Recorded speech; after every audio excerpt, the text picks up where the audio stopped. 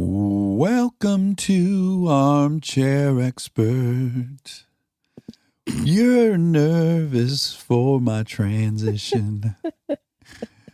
Guess who our guest is? That was a big It was a good clue. It's a really clear clue. Norah Jones. My favorite. Monica's favorite, and definitely one of my favorites. I love her so much. It was such a treat to have her here. I thought it was And it was a Matrix. It was a rainy Sunday evening too, right? Yeah. It was a gloomy Sunday evening, and we got into the attic and we got cozy, and we were really nervous to ask her if she would sing. We were delighted that she said yes, and then she romanticized us. What happened, Monica? We fell under a deep spell. Oh, yeah. And we floated out of the attic. Oh, my God. And we really have Norah Jones to thank. So we hope you enjoy this really relaxing, sensual ride with Norah Jones. He's an armchair expert. He's an armchair expert. He's an armchair expert. Now, Norah, I said I wasn't going to say it, but I'm going to say it. You're so overwhelmingly beautiful in person. It's really exciting. Well, that's always a nice thing to hear. So don't ever not say that, I think. Okay. You know what I'm finding? We have, as we have female guests on, as we, me too, get older, you're like more into it. Exactly. Like we had Sarah Silverman on and I was saying it and she's like, are you kidding at my age? Like bring it the fuck on. It's true. Yeah. It's absolutely true. Yeah. And I guess I wonder though, because I think for actors and comedians, being labeled as pretty nonstop seems like it's getting in the way of what they want to be seen as, which is like talented as an actor or a comedian. But I got to imagine that doesn't really extend to music, does it? I mean, it's never bad to be pretty. I think it might depend on the person and the kind of music they're making, what they're trying to put out there. But yeah. I mean, I have this friend, one of my oldest friends, Dave. After he sees me play, he's like, sweetheart, you looked beautiful. You look hot up there. And I was like, aw, thank you. And then I'm like, how did it sound? He's like, see, I know you want to hear how you looked first and then how you sounded second. And you sounded great, but like, I don't know. It's just kind of funny. If I do stand-up or I do a comedy movie, I could give a fuck if you think I'm funny. Just please tell me I'm mildly attractive. Tell me I look good. Yeah. I mean, it's so annoying to me. Sometimes I wish I could just be like a dude and, just run out on stage and not overthink everything I'm wearing. Yeah. It's so dumb. But you know what? It happens. You've been doing this for a long time now. Mm-hmm. And do you feel that you still think about all that as much as you maybe used to when you were younger? No, I don't really give a fuck as much anymore. Oh, okay. That's nice. But like, I don't know. You still just want to wear something flattering, I guess. That's right. Yeah. You want to dress to your strengths minimally. Yeah. But for me, it's always kind of like my hair just gets sweaty and frizzy. And so it's like, I wish I could just wear a hat. Right. Maybe I will do that. Well, let's find you a really cute hat. I think we should just start doing that. Yeah. You're in LA. Maybe you could use your last couple hours here to chase down a Pick up really some attractive Find a hat look. fedora or something. Yeah. Well, you have a cute little thing on the back of your head right now. What is it? It's a I don't handkerchief? even know what it is. Yeah, basically. It's hat adjacent. It's like a little, I don't know what It's like a mix Very between a cute. doily and a handkerchief. Yes. doily. It's a, don't look at my hair. So you know what's really exciting for me is that, Monica was really over the moon that you were coming. And then so I was reading about you. I had no idea you were half Indian, and Monica's 100% Are you a whole Indian? 100%. Yeah. Not even a drop of anything else. She's twice as good as you. She's 100% Indian. Where did you grow up? I grew up in Georgia, so Okay, so you're a Southern fully Indian. American. But yeah. Squared, because her That's nice. family's Southern Indian. That's right. And Yeah. she's a Southern Indian. Lots Yeah, of so Southern. you're both Southern. Okay. That's right. Yeah, Southern I'm a times two. Texas half Indian. But you Yeah. started in Brooklyn, yeah? I was born in New York. Yeah. And 0 to 8, Brooklyn? no, it's a 3. Oh. And it actually wasn't Brooklyn, it was Manhattan. Oh, it was? Yeah. My mom's from Oklahoma, and so we moved back down to Texas just to be near her family when I was about 3. Yeah, and so mom and dad, who weren't married, they went their separate ways at 3? No, I mean, they never lived together. Oh, they didn't? My dad was a Ravi Shankar. He was a very famous musician, and they had a long relationship, but it was very unconventional. Uh-huh. Was he like a rock star of sorts? He played sitar, yeah? I mean, he was kind of a unique person because he became this big, huge influencer of George Harrison, and then became sort of associated with the Beatles, and he played Woodstock, and he became associated with this whole cultural thing that was going on back then. Was he the gateway for the Beatles to go to India? Was he the ambassador? I'm a little foggy on the like exact details, but he and George became very close. Do you listen to Howard Stern by chance? Not a ton, but I have. He plays regularly this I guess a greeting from George, and it's him going with peace and love, please stop writing me fan mail. Like he's addressing all of his fans. Really funny. But it always starts with peace and love, and then he basically tells people to stop writing them fan. So every time you have really shitty news to give someone, you just start by saying with peace and love, and then say something really aggressive. Go brush your teeth. Yeah, exactly. But how did and your mom Sue? She was a concert producer. Yeah, that's how they met. She produced a show in Dallas when she was living in college, after college or something. So yeah, they were together a long time. But anyway, yeah, I grew up with my mom, and I never lived with him, and I saw him growing up here and there, and then I didn't see him for a long time. So I'm really bad about projecting on here, Yeah. but I just reading your thing, I was like, oh, so my mom and dad got divorced at 3. He was very busy with a lot of things for a long time. He died in 2012. Your dad died in 2000. Yeah. I had a very kind of very, very sweet last 3 months with him. That was quite healing and bonding, and it was very cathartic. Are you talking as you or me right now? No, me. You're talking about you. Yeah. So my dad died in 2012. Okay, same. So similar. Yeah, okay. and my dad wasn't really around. Okay. And then at the end of his life, it was crazy cathartic and wonderful and beautiful. And then I happened to read that you were kind of estranged from dad, and then you went to India. And well, yeah. I mean, when I was 18, we kind of got back together. Oh, you did? Yeah. So I didn't grow up around him at all. I mean, I saw him sporadically till I was 9, and then I didn't see him at all till I was 18. We didn't really speak. So it was a long chunk. Yeah. And then I went to visit him when I was 18, and I met my half-sister for the first time. Oh, wow. And she's 2 years younger than me. Mm-hmm. And so it was intense. And then since I was 18, we sort of became a family, worked on our relationship, and I'm lucky he lived to be 92 because Oh my goodness! I had all that time then to sort of get to know him a little better, and sort of we repaired our relationship, as best we could. Okay, so that's where the parallel breaks down a ton. So your dad was 92, mine was 62. So your dad must have been quite mature when he had you, right? Yes, he was. I think he was 59. Oh wow, what a virile man! And Good my for sister's him. younger. I mean, we're talking about a rock star here. Yeah, with secrets. No. This is Dax's dream scenario. Just to sire Yeah. Norah Jones when I'm 59 years old. No, but he was a classical Indian musician. So he really wasn't a rock and roll kind of guy. He was a very serious, insanely brilliant musician. So he was like a sweet little old man when I met him again when I was 18. But when you came into it at 18, did you have some resentment? Oh gosh, I had tons of baggage. You should. Yeah, I mean, Yeah, you're entitled to that. Totally. You should get a dad. Yeah, I mean, it's funny. As you get older, you get more perspective on things, and I don't know. Well, and having kids too, right? Doesn't Totally. that really Yeah. put a lot of things into focus? Yes.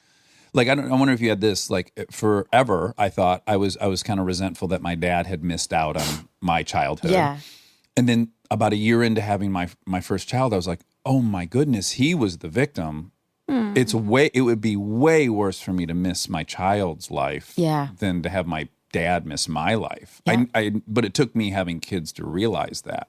Yeah, I know what you mean. Life is not black and white, and it's complicated, and it's interesting. The details kind of do matter, even though they also kind of don't. You think it should just be one thing, but I don't know. I feel like we're presented this option of to either write everything off as like, who gives a fuck? Yeah. Or to dwell on it and let it steer everything we do in life. And I think there's something in the middle. Yeah. There's a big middle. Yeah, where it's like it is important to recognize, like, I deserved a dad. I was entitled to that. Exactly. Also, it gave me probably these great characteristics. Yeah. Right. That Yeah. you're now, You are who you are because of how you were raised. And then also towards the end, you can go like, oh yeah, it's impossible to navigate life without some wreckage. Like, Exactly. no yeah, one- you're going to get it one way or another. Yeah. Did mom remarry ever or? No, and me and my mom, we were like Thelma and Louise, you know. It was just me and her, and we're incredibly close, and she's amazing and intense, but amazing. Was she a babe? She was a babe. Oh my God. Tall too. I'm shrimp, you know. My dad was short. Short little Indian man. Yeah, that's what happens. Yeah, I'm 5'1" and she's 5'10", green eyes. She had like flaming, huge red afro when she was in her, you know, she was gorgeous back in the day. And she still is very striking. So Ravi must have game like crazy Yeah, I because it's think an he had game. unconventional pairing, a white woman and an Indian man in 1970. tall white woman. Yeah, a much taller white woman. So he was 59 and she was probably what, in her 20s or 30s?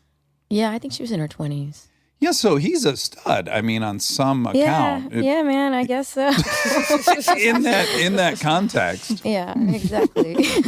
But my mom's cool. You know, she's like a, you know, Oklahoma, Texas Spitfire. She definitely does not take any crap. Yeah. Yeah. Did she have boyfriends when you were a kid?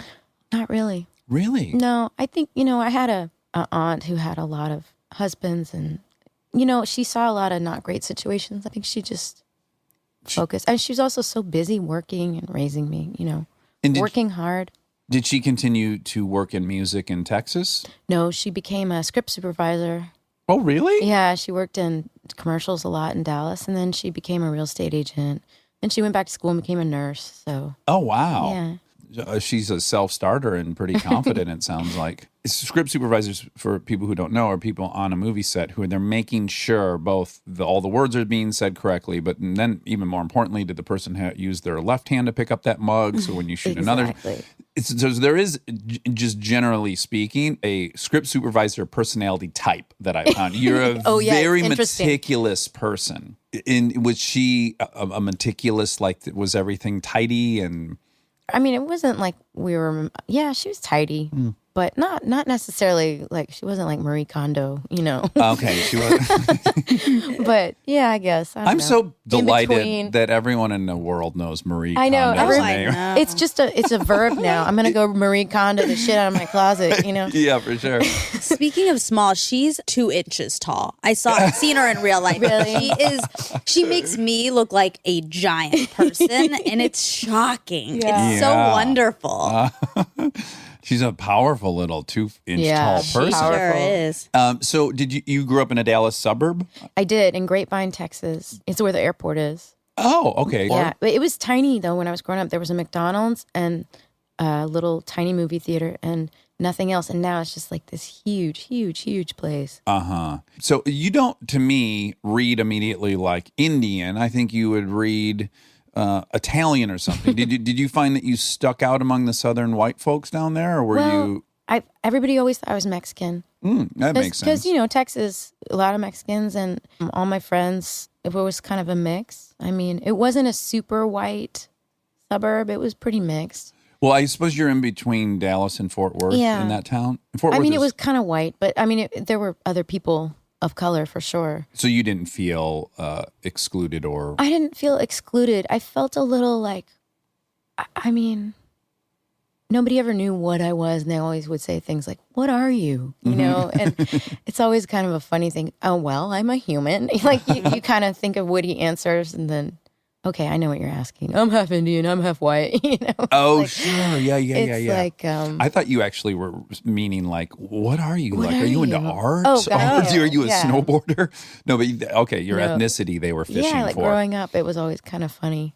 Yeah, and it's funny because Monica and I have debated this on here, which is, of course, that's annoying. And Monica, It just go gets ahead. exhausting. It's just because you recognize immediately what they want from you, but it's like, why? Why? And specifically, they were asking Monica, where are you from? Where are you from? Where are you from? And I'm from Georgia, so I'll say Yeah. from Duluth, and they're like, oh no, but where are you from? Exactly. Like you can get really aggro about it, but Yeah. I went through that phase and then I realized like it's just somebody being curious about you and it's really not a mean question. Well, It can be annoying, but it's fine. I mean, I've had people I'm curious their ethnicity and I'm like, Well, I wanna especially, ask, but- quite often it's because it's something uniquely attractive, Yeah, and it's you're because like, you think they're interesting looking, and it's not a mean thing. it is. So it says so much about where you're coming from personally in your own confidence at that moment. Because I was saying to Monica, like, I would die for someone to be interested enough in me to be Exactly. curious what brand of honky I am. Yeah, you know? does anybody ask you that No, I've question? never ever been asked. Exactly. Yeah, no. Yeah, so maybe we're Yeah. special. That's 'cause- true. Yeah.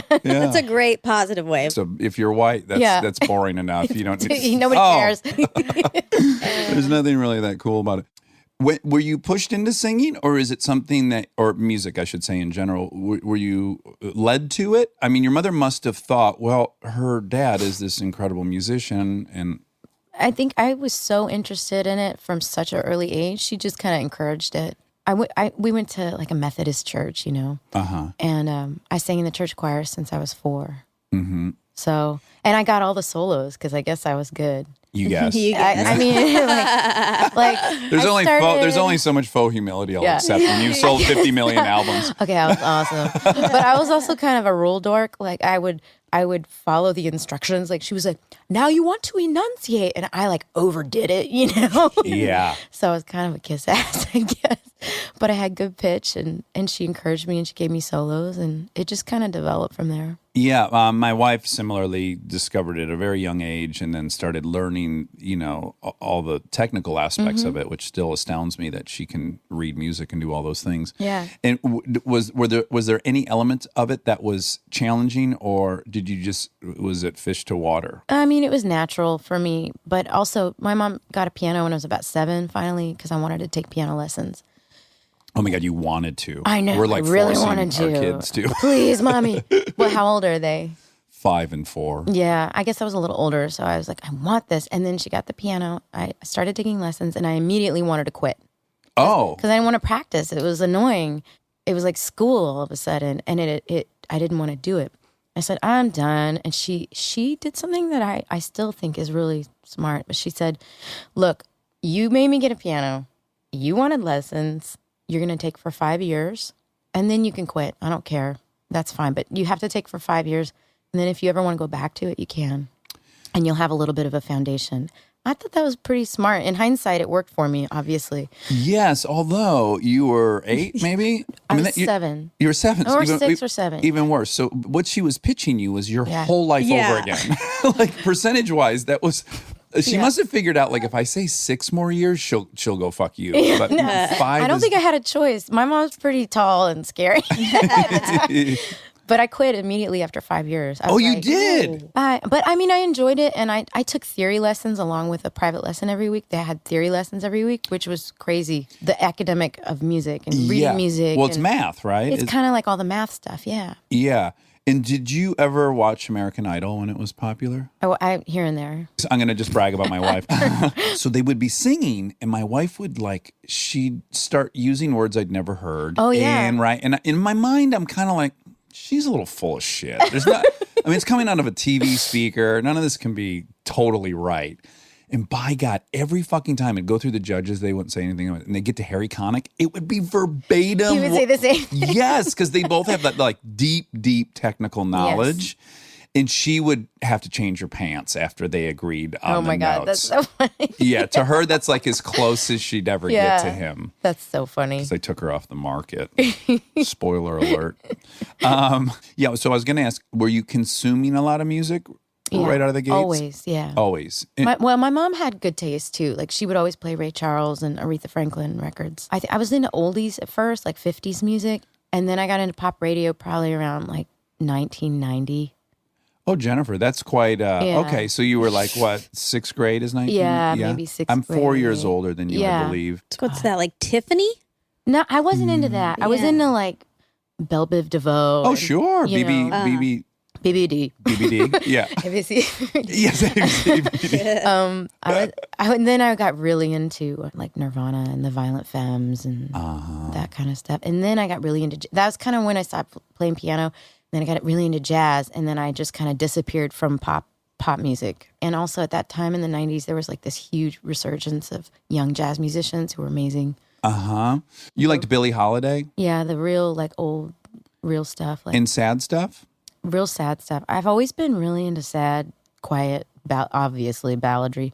I used to make like sad mixtapes to cry to, you know? Yeah. Because it felt good, not because I was a depressed, like sad person, but I just loved it. Right. Being emotional like that Yeah. felt good. It's great. Yeah. It feels good. My son recently, he's almost 5. He's like, Mommy, crying feels really good sometimes. That's sweet, you know? I hope you beat that out of him.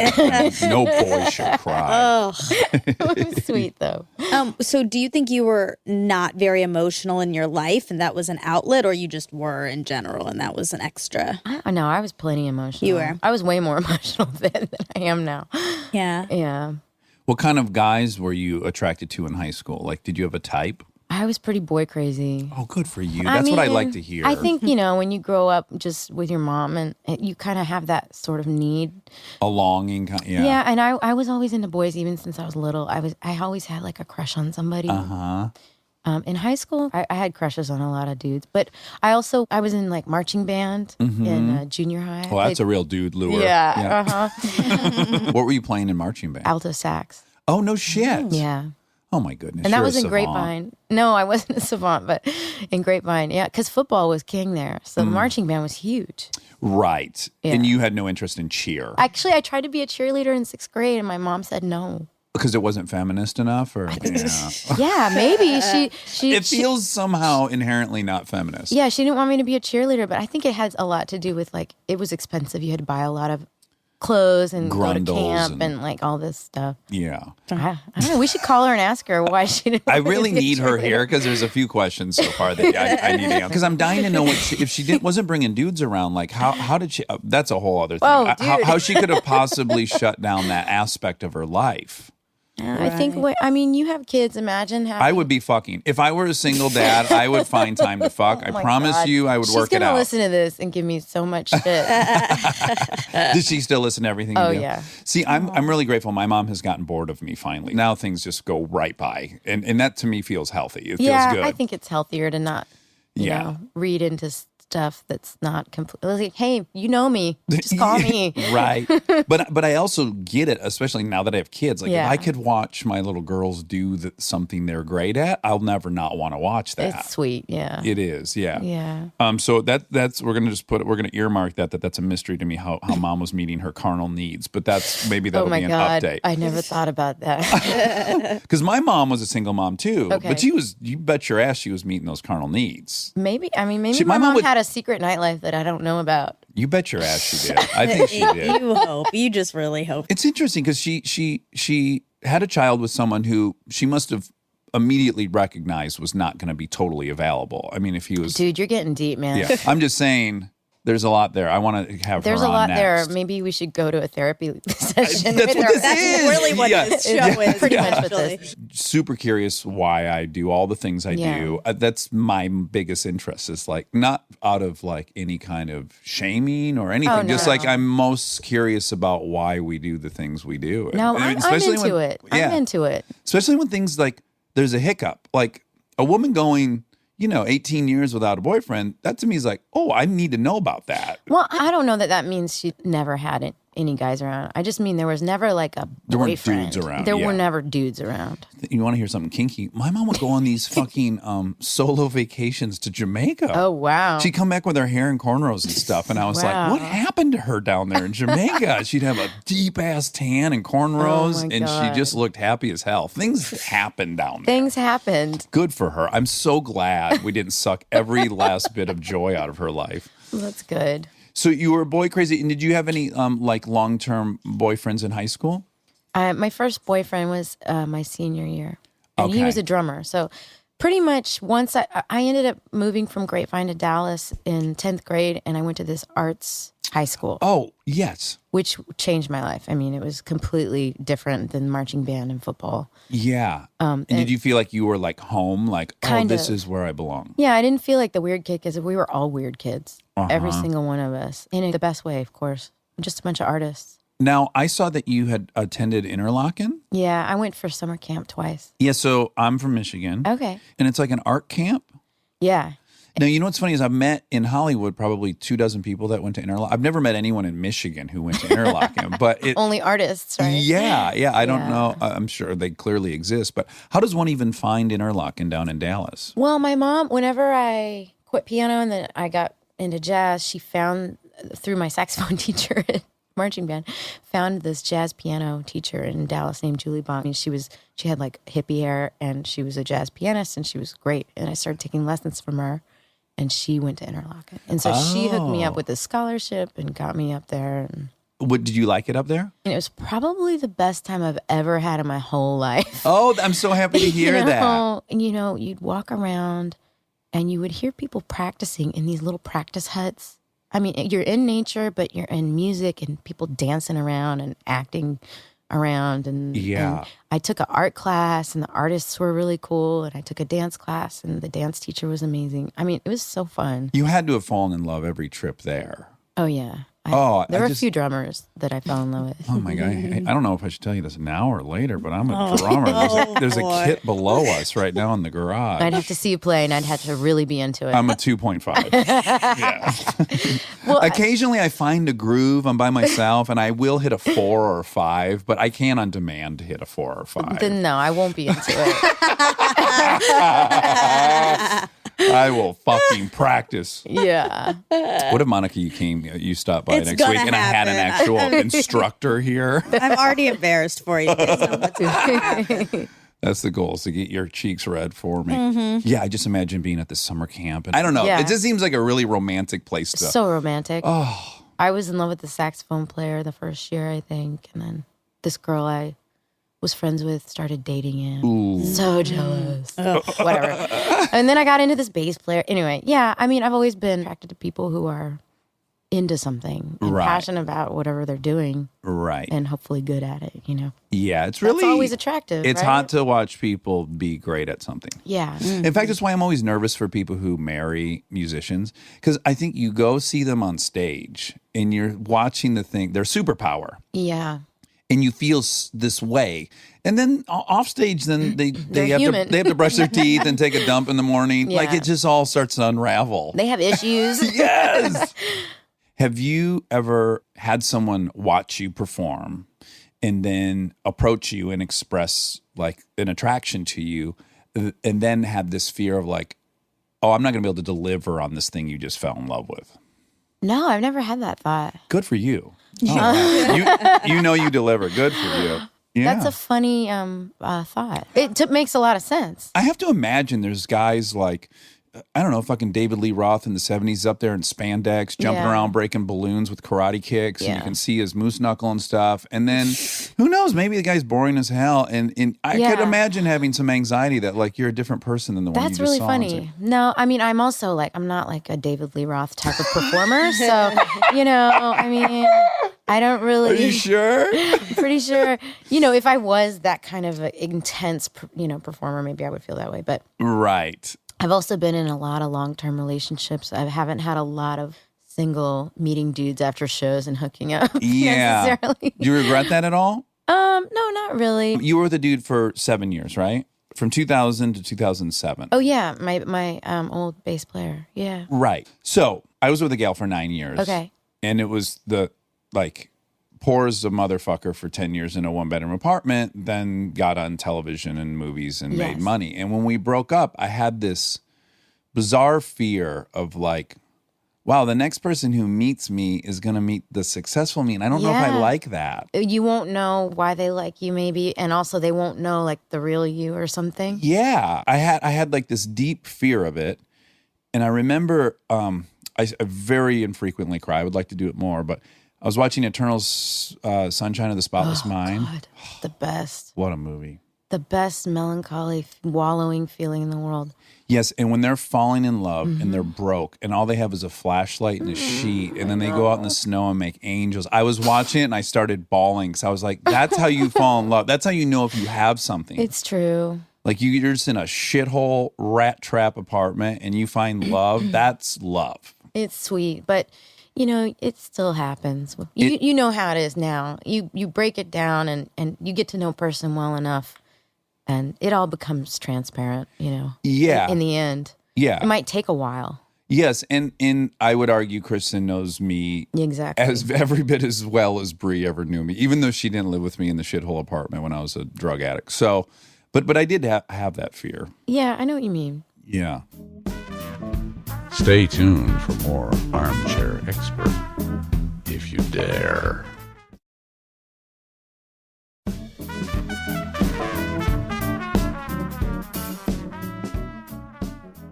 Okay, so you go to University of North Texas and you major in jazz. Yeah, jazz piano.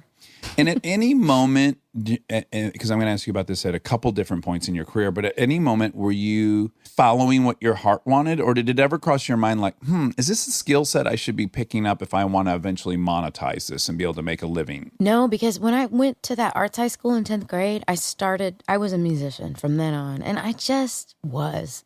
And everybody at that school kind of just was what they were. And I started doing gigs in 11th grade. And when I went to college, I got this weekly gig at a restaurant. I just stumbled upon it. And I got paid enough to make my rent every weekend. How liberating is that?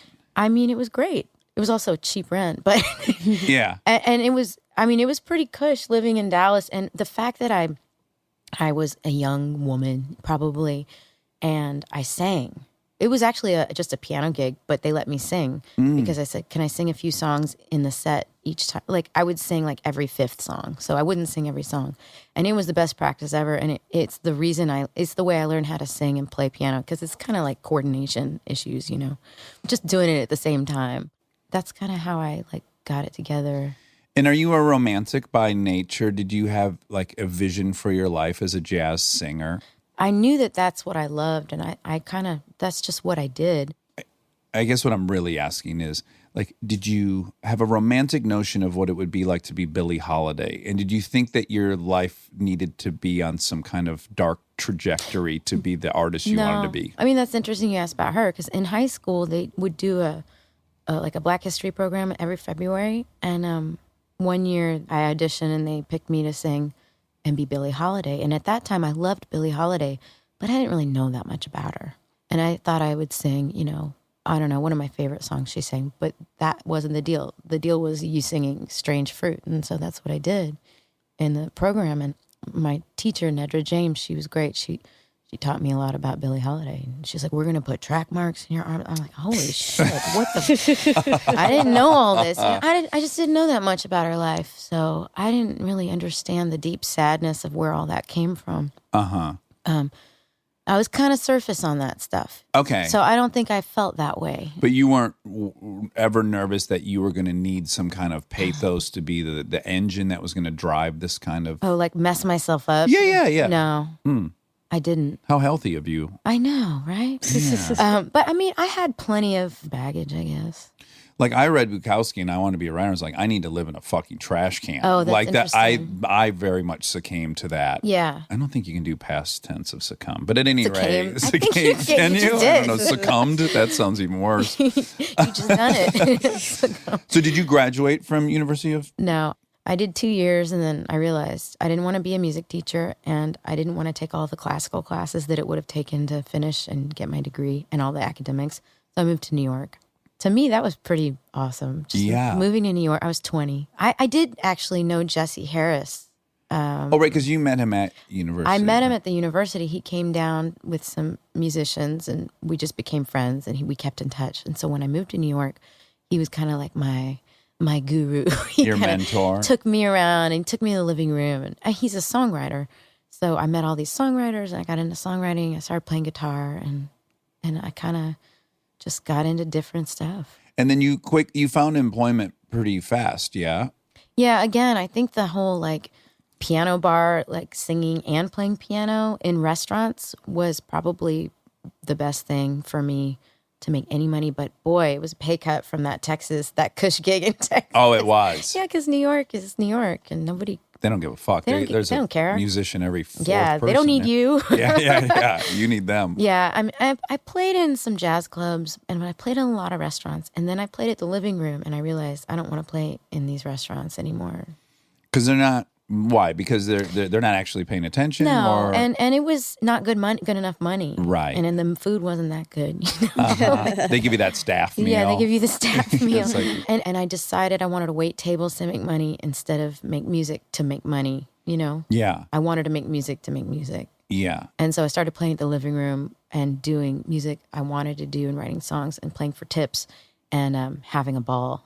Did you immediately make friends, and did you have a little social network, or was there any loneliness? Or I came for the summer, and the intention was to come back to Texas and go to school, but I didn't, and my mom was really pissed. Yeah. She was so mad, but you know. So so I did the summer, and then about November, I started to get really depressed. I was just like eating my feelings and really sad, and There's a lot of good options there to eat your feelings. God, yeah. Yeah. exactly. And so I called my mom, and I was really sad. I think I'm gonna come back over Thanksgiving, and I'm just gonna get a job, and then in January I'll go back to school. I was crying, and I was so sad. And my mom was like, why don't you just give it a year? Well, you give it 5 years. No, 5 years. She said, give it 1 year, and then you come back. Good for just give it 1 her. year. And she was wanting me back so bad. So that was also kind of cool. Oh, I like her a lot yeah, for she's that. cool. She's wise. Yeah.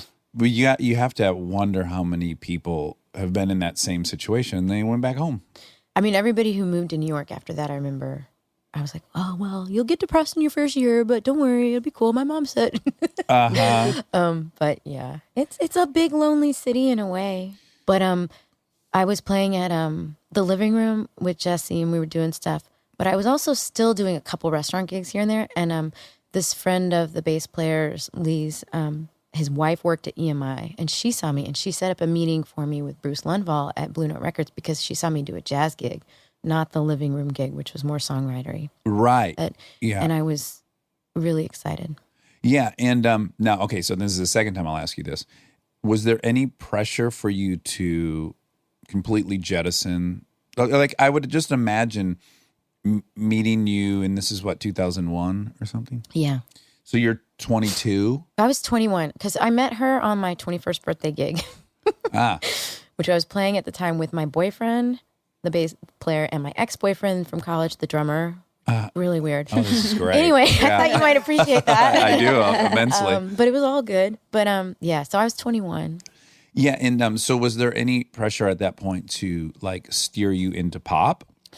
I mean, Bruce Lundvall was the head of Blue Notes, so definitely not. Not from him. In fact, my demo to him included one original Jesse Harris song, which was not jazz, and then just 2 standards. And he asked me, he's like, do you want to be a jazz singer or this other thing, like a pop singer? I was like, oh no, a jazz singer, because I was sitting there in his office. Yeah. And I also wasn't sure yet. So he was a smart guy, and he ended up being such a mentor and a friend. Signed me to a demo deal. And he gave me $6,000 to go back in the studio and sort of find myself a little. Uh-huh. And that was really cool because we didn't get with the producer or anything. We just went in with this band I had with Jesse and Lee, and we recorded 6 songs. And one of them was the version of Don't Know Why that ended up being on the album. Because No when kidding. we went and he finally decided, this isn't really jazz, but I think it's cool. I'm going to sign it. Because I think he was on the fence because it wasn't straight up Yeah, it was jazz. like a tweener, right? Yeah. There was, So- what genre were you? I don't know. It's kind of singer-songwritery. But that's now influenced something we by say other a lot things. now, but we didn't say Yeah. singer-songwriter a Writery. lot. Writery in 2000, right? Yeah, I don't know. It was kind of like in between, Mm-hmm. for sure. And so in a way, like the fact that it wasn't straight up jazz was a hindrance with him, I think. But he came Yeah. around to it. And you then put out your Come Away With Me album in 2002. And what kind of expectations did you have? You must have loved the album. I did, but we kind of had to. We remade it. We like went in with a great producer, but it just wasn't. The demo-y stuff was better somehow, and we ended up kind of remaking it with Arif Martin and using a lot of the demo-y stuff. So it was pretty stripped down. I did love it, and I was excited about it. And I thought, well, I think this will be a good start, you know. Yeah. And everyone was consistently shocked by how well it did. The first week we sold 10,000 copies, and then by the end of the whole cycle and the craziness, it was crazy. Yeah, it sold 10 million copies the first year. I don't know. I something do. Like that. I'll tell you. I'll brag for you. I know you don't want to brag, but I'll brag. But not, Yeah, it sells 10 million, and then it also gets 8 Grammy nominations. Please walk me through. You get $6,000 for a demo, and then shortly thereafter, like, what is? Can you even articulate what that experience is like? I mean, you're working like a dog because the record label is cashing in on all of it and throwing more radio promotion because it's doing well. So you have to do more. I mean, they definitely worked the record. It's not like it was a drop and everybody picked it up. They worked it. And then the more it got picked up, the more they worked you. You know what I mean? Yeah. So it was busy. You worked a lot. And it was about a year from the time the album came out to those Grammys awards. So it definitely was like as far as an album build, it was like a full year of just escalation. More good news, more good news, more good news. Yeah, it was crazy, but it wasn't the happiest time in my life. I would imagine it could, you're right. Because it was just a lot of work. And it was intense. And it had a lot of family issues surrounding it, and, you know. And were you having any moments where you're like, ooh, I'm hopping on a highway that I don't know I'll be able to get off? Like, were you having any kind of like fears of your privacy or anonymity going away? Yeah, a little bit. I mean, I was so young, though. I mean, I was 22, 23. I was very just sort of shell-shocked. And did you think, this will continue for life? Or were you like, oh, this is a complete fluke. I don't know why this happened. Like, I definitely felt like what we did was special, and I was proud of it, and I loved it. So I knew that. Mm-hmm. But I definitely felt like it was a complete fluke that it sold so much. Yeah. Yeah. I guess, I've had a lot of different actors and stuff who will have a huge hit. I have at times felt fraudulent. Like, yeah. Oh. I had that. Yeah. I had that at the Grammys because, I mean, it was like Bruce Springsteen, and it was a lot of heavy people, and then a lot of pop stars too. And I was like, what do I wear? Should I wear this dress? This black dress? I mean, you know. Yeah. I felt very accidental. Uh-huh. But I didn't feel inadequate musically, which was good. Yeah. I felt confident. You know, maybe it wasn't everybody's taste, or maybe it was different, but like I felt confident in that way. But yeah, every other aspect of it, I felt very like an accidental tourist. Like I said this thing, and I felt like I went to the birthday party and I ate all the cake. Uh-huh. You know? And I was like that weird, awkward guest that ate all the cake and then left. You know. And were you? I have to imagine though you were embraced by everybody. Were you? Everybody was so kind. Yeah. It wasn't like polarizing music either. It's not like. You know, you could have had some album that was for whatever reason kind of polarizing or triggered people where they were like, oh, this person thinks they're hot shit. It's not like you were crushing with dance moves and crazy costumes. Yeah. So I imagine those people maybe have a rougher ride. Well, it was very calming music, and, you know, it was not that long after 9/11. I think people needed it in a way. Mm-hmm. But, you know, there's always a backlash when there's some success, and, you know, before you learn to not read the internet, it can be intense. When you're young, it's intense. You got to learn it though, right? You got to learn it, and there's a lot of noise, so you just don't want to turn it on. Yeah, I stupidly had a Google alert for my name when I first got on TV. Because I wanted to know everything that was being said about me. I was so excited people were saying things about me. Yeah. And then really quickly I was like, I feel miserable every time I look at it. It's so horrible. So I learned how to shut that off very early on. You did? Before social media got big even, you know. So, because this was like 2002, I stopped looking at that stuff.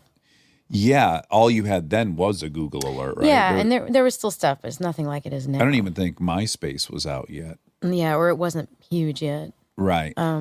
So when you get that, and now I'm going to get really crass by some people's standard, but I'm obsessed with money.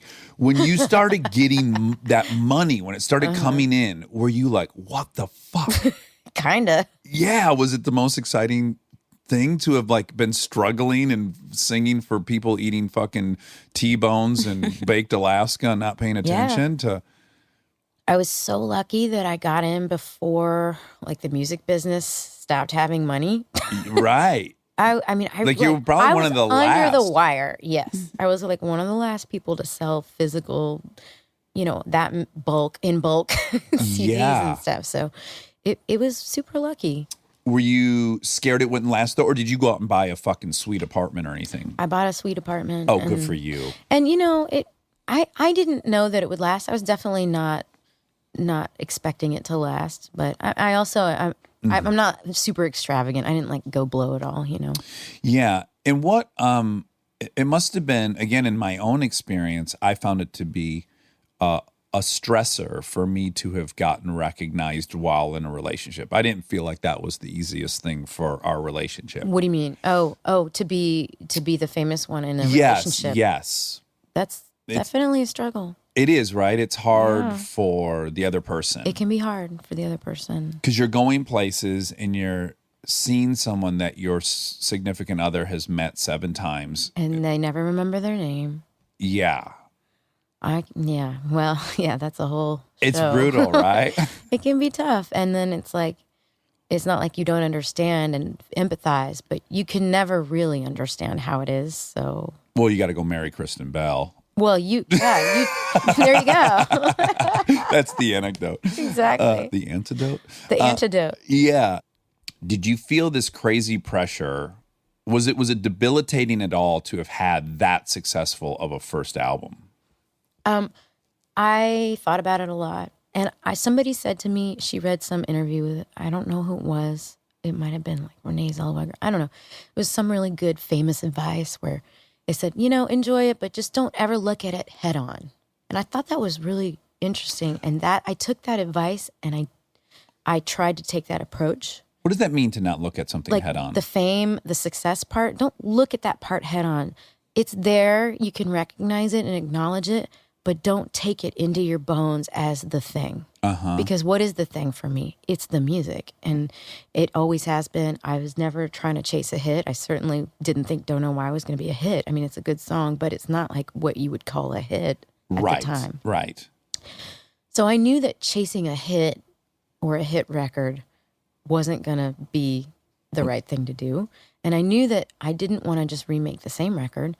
So I thought I just play music and try to find some good songs. And I started, because I really was a new songwriter at the time. I only had 2 songs of my own on the first record. Mm-hmm. And so I was really getting into songwriting and I was working on that, my craft still. I was so young. Yeah. So I tried to focus on that, and that's what I did.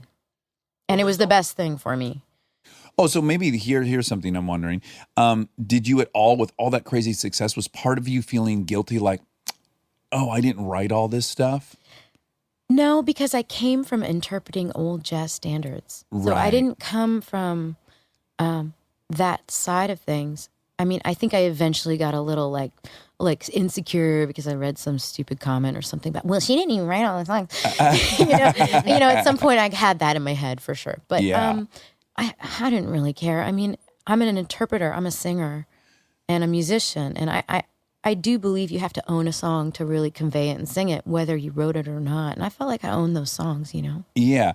So now let me ask you this. Were you as healthy then as you are now? Are you transposing your current viewpoint of all this on the 23-year-old you, or were you genuinely that at peace with all of it at 23? I wasn't at peace with it, but I was way, way healthier than I think most people would have been at the time. And I think it might be because my mom really I think she saw a lot of shit being with my dad and being around that famous thing. Yeah. And she didn't play that. So did she come get involved with you physically during that explosion? She was very involved. Not like a momager or anything, but very like watching my ass. If I got out of line, I heard about it immediately. Not only her, but like my boyfriend at the time, my bass player, and also my one of my old best friends became my tour manager and then became in my band. They were watching my ass. Right. I mean, I had people watching me from every angle, making sure I didn't act like a jerk. And I still act like a jerk sometimes, but I had a lot of people pulling me down to earth constantly. What are your jerky moves?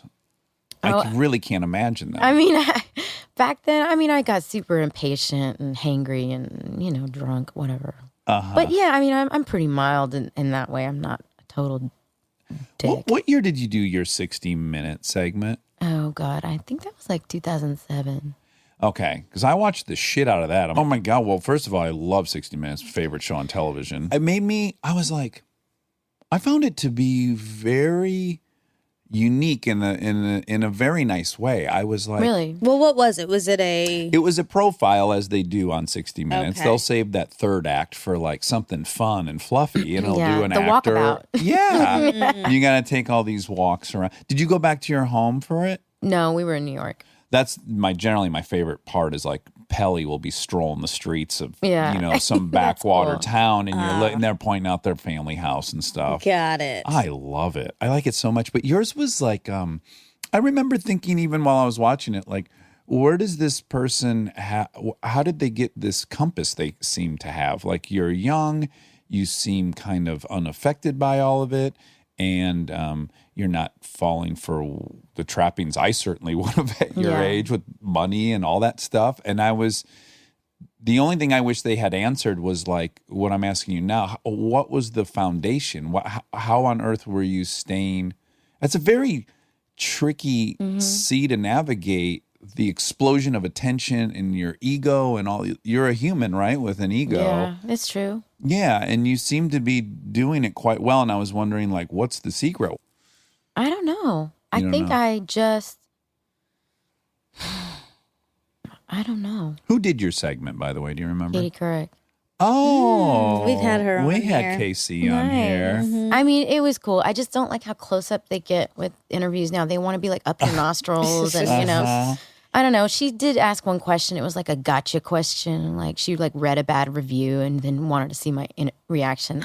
I'm like, don't do that. Come on, man. Right. Do you want me to do that to you? Like, why? Yeah. Did you get defensive? It hurts your feelings. Come on. I'm a human. Mm-hmm. Like, I don't need anybody to kiss my ass, but you don't have to go out of your way to hurt somebody's feelings. Yeah. And When I had the clickbait, Katie Couric hurt my feelings. She's like one of the nicest people. She on the is. Yeah.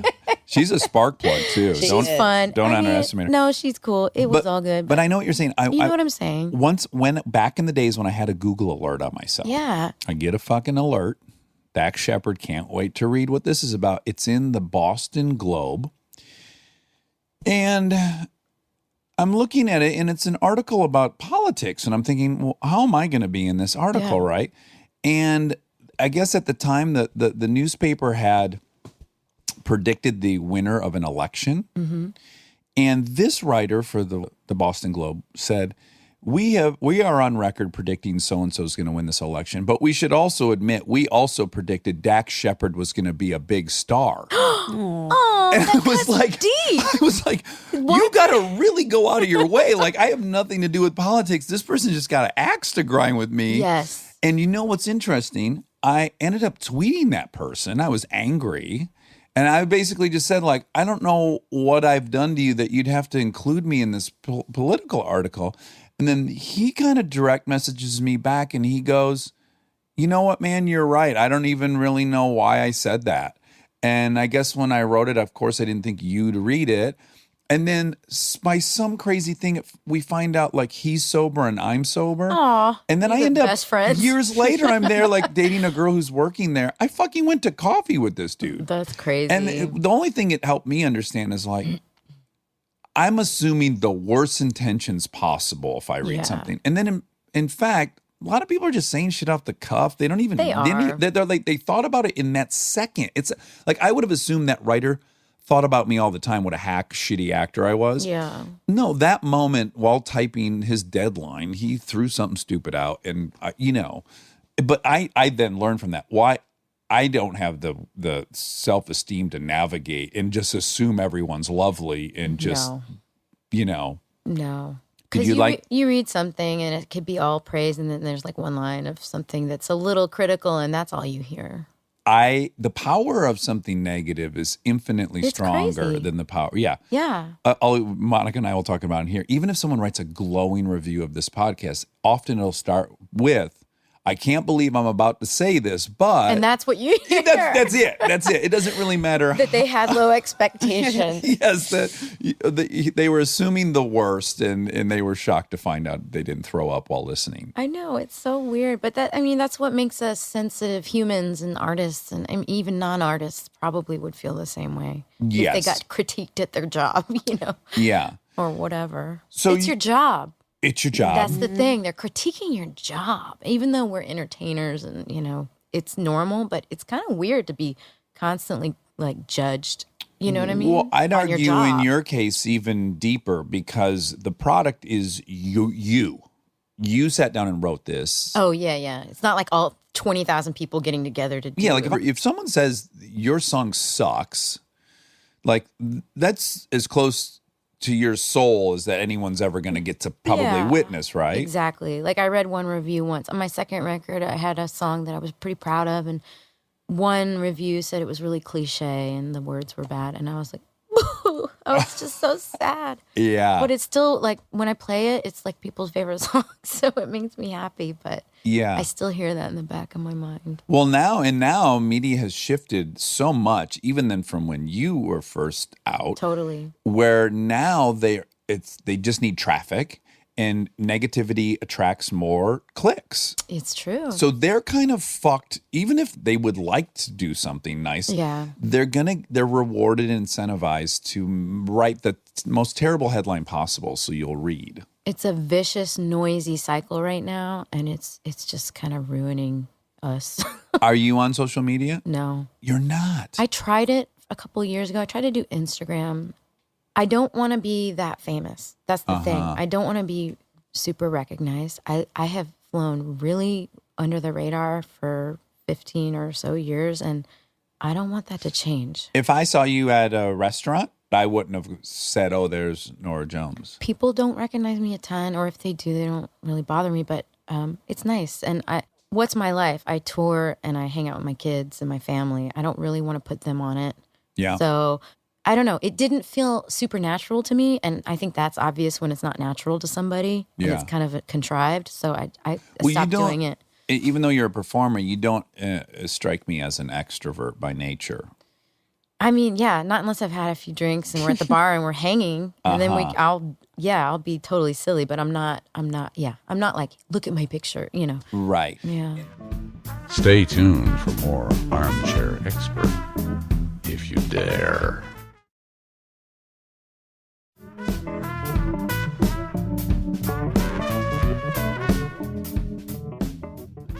And so the first trip to the Grammys, you won 5 of the 8 you were nominated for, and you tied Lauryn Hill and someone else for most Grammys by a woman ever.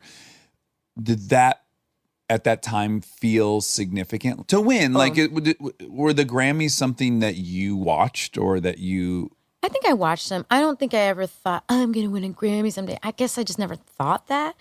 But, I mean, it was huge. It was a huge moment. And the record had already been huge.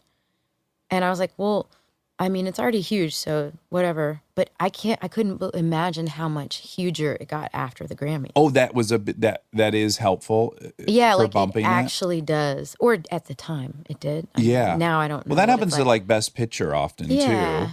But, it was crazy. And so what were some of the biggest audiences you played for in that period? Well, because the music is what it was. Yeah.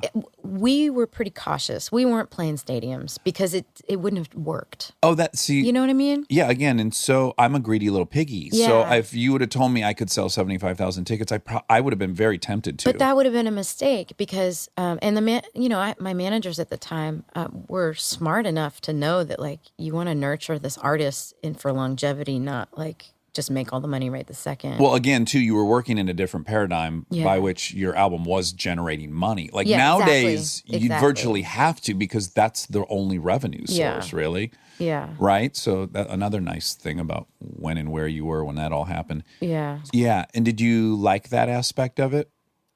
I really liked it. I got really exhausted sometime after that, and I shut down, and I was really just like it was just overwhelming. Just the amount of work we were doing. Yeah. Because we were trying to cash in on all of it, or they were, and I was just kind of doing what I was supposed to be doing. Right. And I finally like had a little bit of a breakdown. I was like, can we just not do? I'm not doing any more interviews. We're selling a shit ton of CDs. Yeah. Quit making me work for it. Yeah. It's done. And it's going to ruin. Yes, that's what I said. It's going to kill the golden goose, I right? said, I'm not having fun anymore. Yeah. And can we please stop and take a little breather, and so I can enjoy the music? And I started enjoying it more after we stopped doing all the, like, every last interview we could before sound check and losing my voice. And Yeah. Yeah. Are you, it doesn't sound like your mom's a people pleaser, which could be a really great gift to pass Yeah. on to you. Are you a people pleaser, or are you fine with boundaries? I'm a bit of a people pleaser. I want people to be happy. I don't want people to be upset with me. But I also have that mom streak in me that is like, no. But it's a balance. Right. Yeah. Okay, so I'm just going to now fast forward. So you put out several albums. You end up, again, you don't want to say it, but I'll say it. You've sold 50 million albums. That's crazy. I didn't know that. Fucking 50 million. That's like Wow. Mike Jackson shit, 50 million Well. albums, okay? Put that in Crazy. context, all right? Yeah. Is there a point where because my fantasy of this would be, with the success of that, you could actually go, now I'm going to do this exactly how I want to do it, because really money's not a factor anymore. Did you have that moment in your life? Yeah, I mean, I think that sometime after the first record, maybe during the second, or maybe it was after the second record, but I think it was actually after the first record, I went back to the living room and I started playing with friends. I started a country band in New York with my friends called the Little Willies, and we played at tiny clubs. And that's how I kind of kept just like finding joy playing music and less pressure. And that's where I sort of worked stuff out and realized, okay, I can still do this however I want. Doesn't have to be big potatoes every time. It can be whatever. Did you feel pressure, though, for it to be big potatoes, to steal your words? No, because I was just coming off of like the craziest thing, and I still haven't waited that much time between records. You know what I mean? It's not like I went away for 10 years and didn't give them a record or whatever, Right. the label, I mean. So I just kind of, I'm a musician, and it's like musicians, we just want to play music. It's hard Well- to not play music. Well, but I would argue that most people that have had the success you have had end up chasing it. And this is what I was about Yeah. to say to you before we started recording, which is the actual only example I can think of in my mind is like Eddie Vedder. Like, you seem to now you're doing what Eddie Vedder decided. He's like, oh, I don't like this stadium thing. And Yeah. I for me to love it, it's got to be this tiny thing. And he Yeah. seemingly is quite happy doing the thing he does. Yeah, that's what I think I've finally realized. I do whatever side bands I want. Sometimes we play tiny clubs. Sometimes I put out albums with these side bands. Last night I played with one of my favorite bands, Puss in Boots. And we're like so inspired and fired up right now to play music together because we've been doing a few months of it now. We're like writing new songs and playing small clubs, and we're going to go record. I mean, it's inspiring. It's exciting, keeping it fresh and new and doing different things. And it doesn't have to be this big, huge deal every time. Makes it able to be spontaneous and fun. And Yeah. yeah. And I think that's what's also kept me grounded, like what we were talking about before, and not sort of chasing some crazy thing, because it's not always real. I mean, the money's real and the clicks are real, maybe like on the internet. But for me, I mean, I just want it to be good and fun. Yeah. Do you find though that I think there's two potential hazards to creativity, and I think one of them is money. Yeah, you're right. Like, it's hard to stay hungry Yes. when you're safe. For me, I think, I mean, if I hadn't made money, I don't know how it would have been different. I think because I made money first, I was able You're like to. an NFL player. Yeah, because I made the money, and now I'm able to just sort of find out what I really want to do. Right. I mean, Yeah. and it changes. My tastes change. My inspiration, my influences change yearly, and I can do it. The other thing to me that seems like a pitfall too of creativity is just age. Yeah. Do you find that as you get older, it's harder? And do you need to feed off of younger musicians? Like, does being in a band that's with interesting. younger, hungry people help? I felt like this last year has been incredibly creative for me. So I think it comes in waves. And I remember being really depressed. I got really depressed after my second record. And I was like, I don't know how to write songs. It's not coming. I'm not really doing anything. And I remember I called, at the time, I was talking to Ryan Adams. And he kind of helped me through it. And he's like, you just got to go fishing every day. But then I realized over the years, that's not exactly my process. What I realized is it's okay. It'll come back. When it comes back, it'll come back. And it can come back hard. The creativity. It's kind of like a marriage, isn't it? Yeah. Well, What are you laughing I guess at? How long so. have you been together? 5 years. Okay, so you're Yeah. not in the doldrums yet. But look, when you're in a really long-term relationship, you have to have the confidence to That go it'll like, come back. it blows right now. No, We're not no. connected, but you know what? I get it. 2 months we're gonna fucking binge watch a show together, and we're Yes. gonna like Yeah. feel it. No, you're right. I know what you mean. Yeah, and I got over that like panic of no creativity, and so it comes in waves. And I think with age, so far I don't feel like I'm losing it. Well, I'm going to throw another theory at you too. Is I would imagine this wave of current creativity could likely come on from you when you have kids and you take that you got to focus like a motherfucker on that first year, right? Yeah. And what your second child's now 2? 2.5. Yeah. Yeah. So once they're not literally dependent on your breast to be Yeah. alive. Does it feel like a long winter and all of a sudden the Yes. sun's out? Exactly. Yeah. Yeah, it does. I just bullseyed that fucking. You just nailed that Jesus shit Christ, on the I pat head. myself in the back right now. Monica's not impressed. You're man. right. And job. My husband had this idea, actually. It was his idea, and he was right. And I've been doing this thing where I don't want to do a whole album cycle and like take my kids on the road for a year. I mean, they love going on the road, but I don't want to do it that hard. I Yeah. don't need to. Right. And that's great. Mm-hmm. I'm lucky. I decided, and albums are great, and I love albums, and I'm not like never gonna make an album again. But everybody's got such short attention span, including me. My attention Yeah. span is so short now. Yeah. I don't buy fucking albums Yeah, anymore. I mean, I like. do, but I don't listen to them all the time. Right. Yes. It's just so interesting now. Like, I would have never thought I'd consume music the way I currently do. Yeah. But it's like I hear something, I go to get that song, and then I'll listen to the other 9, like just the snippet of it. And if Yeah. one kind of jumps out at me, then I'll like. I didn't know who Mac Miller was. Oh, me neither. Spotify just like added him to my playlist. Oh, yeah. Oh my God. So I just, I love Talib Kweli, and I saw on one of his posts that this guy had died. I didn't even know who he was. So I decided to look at, who's this guy who died? And then I heard one song. I was like, holy fuck. And then again, I just went over to iTunes. I grabbed the 3 songs I liked. Then as those got a little tired, I'm like, dig a little deeper. Went back to iTunes, grabbed a few more. And now I'm like, slowly I've collected 13 songs of his I love. Yeah. But that's how I'm doing it now. Yeah, or you go and they recommend stuff that's similar to what you like, and then you discover all this stuff that is amazing. I've discovered so much old music, too, from all this, suggestions for you. It's cool. It's like you're discovering new music, but you're also discovering just old-ass, obscure music that is insane. And is your friendship circle largely musicians? Largely. Yeah. Okay. And I told you I play the drums. Okay. And my wife How about sings. podcasters? Are you Podcasters. those, or- I love podcasters. I love comedians. Well, it shows. It shows. I mean, I've got a lot of friends, but yeah. I presume you're promoting something right now, right?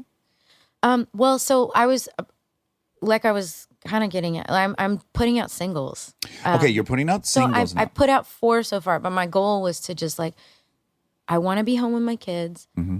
I want to travel and tour sporadically and enjoy that, but not overdo it. And I want to go in the studio and collaborate with other people and stay interested and try different things, because I've collaborated with a lot of people in the last 15 years, and it's always brought me somewhere else in a great way. And I'm open to doing stuff with anybody, and I play the drums. I'm interested in just trying new things in a super safe, chill way and releasing it and moving on. And then when I tour, I'm going to have some new material too, and it's great. And what does your husband do? He plays music. Oh, he does? Yeah. Do you guys play music together? Sometimes we do. But I mean, I think our favorite time playing music together is just at home. Like one of us will get on the drums and one of us will get on the guitar. I mean, that's what we both really want to play, drums and guitar. Yeah, of course. Yeah. Because it's cool, right? Exactly. Have fun for your kids. It's fun. What? They're I bet just they don't give a starting- shit, though. Do they care? They're just starting to be fun and play music and Like any kid, any girl, any 5.5-year-old girl in America would cut off her pinky on her hand to hear Princess Anna I know. sing new songs from Frozen all day long in the house as she learns them. They don't give a shit. You know, when it's your parents are like, yeah, whatever. But they might not be cognizant of it now, but it will affect them as a human. And when they're an adult, they're going to be very grateful that they grew up in that environment. Yeah, I mean, I can't imagine a cooler environment to grow up in, one that's like constantly musical. Musical, and- I know. Yeah. So lucky. Yeah. I'm very jealous of your children. I mean, yeah, we try to keep it fun. Yeah, and your kids are 2 and what? 2 and almost 5. 2 and almost 5, boys or girls? A boy and a girl. Oh, you got both. And does the boy just love mom like crazy? Right now, he's a real daddy's boy. Oh, he is. He does. I mean, he loves me, but right now he's like, it was so cute. We did this costume party for school, and we were all supposed to wear costumes. I said, "What do you want your costume?" I want to be daddy. Oh, if I were that God. daddy, I would He, die. you know, it was so cute. He wore his clothes, and it was falling off of him. But My equivalent to that is that the 5.5-year-old now would die if she even knew I said this, but the 4-year-old's still in the phase where she wants to marry me, which is my favorite thing in the world. sweet. She literally Yeah. said, like 2 weeks ago, we were laying in bed at nighttime, and she said, "Daddy, can you divorce mommy and we That's can so get funny. married?" That's so sweet. And I'm like, absolutely. Where should we go on a honeymoon? And then you just get to pretend where you're going to That's go. so funny. So wonderful. So I'm going to let you go, but I want to know what do you do for fun? What are your hobbies?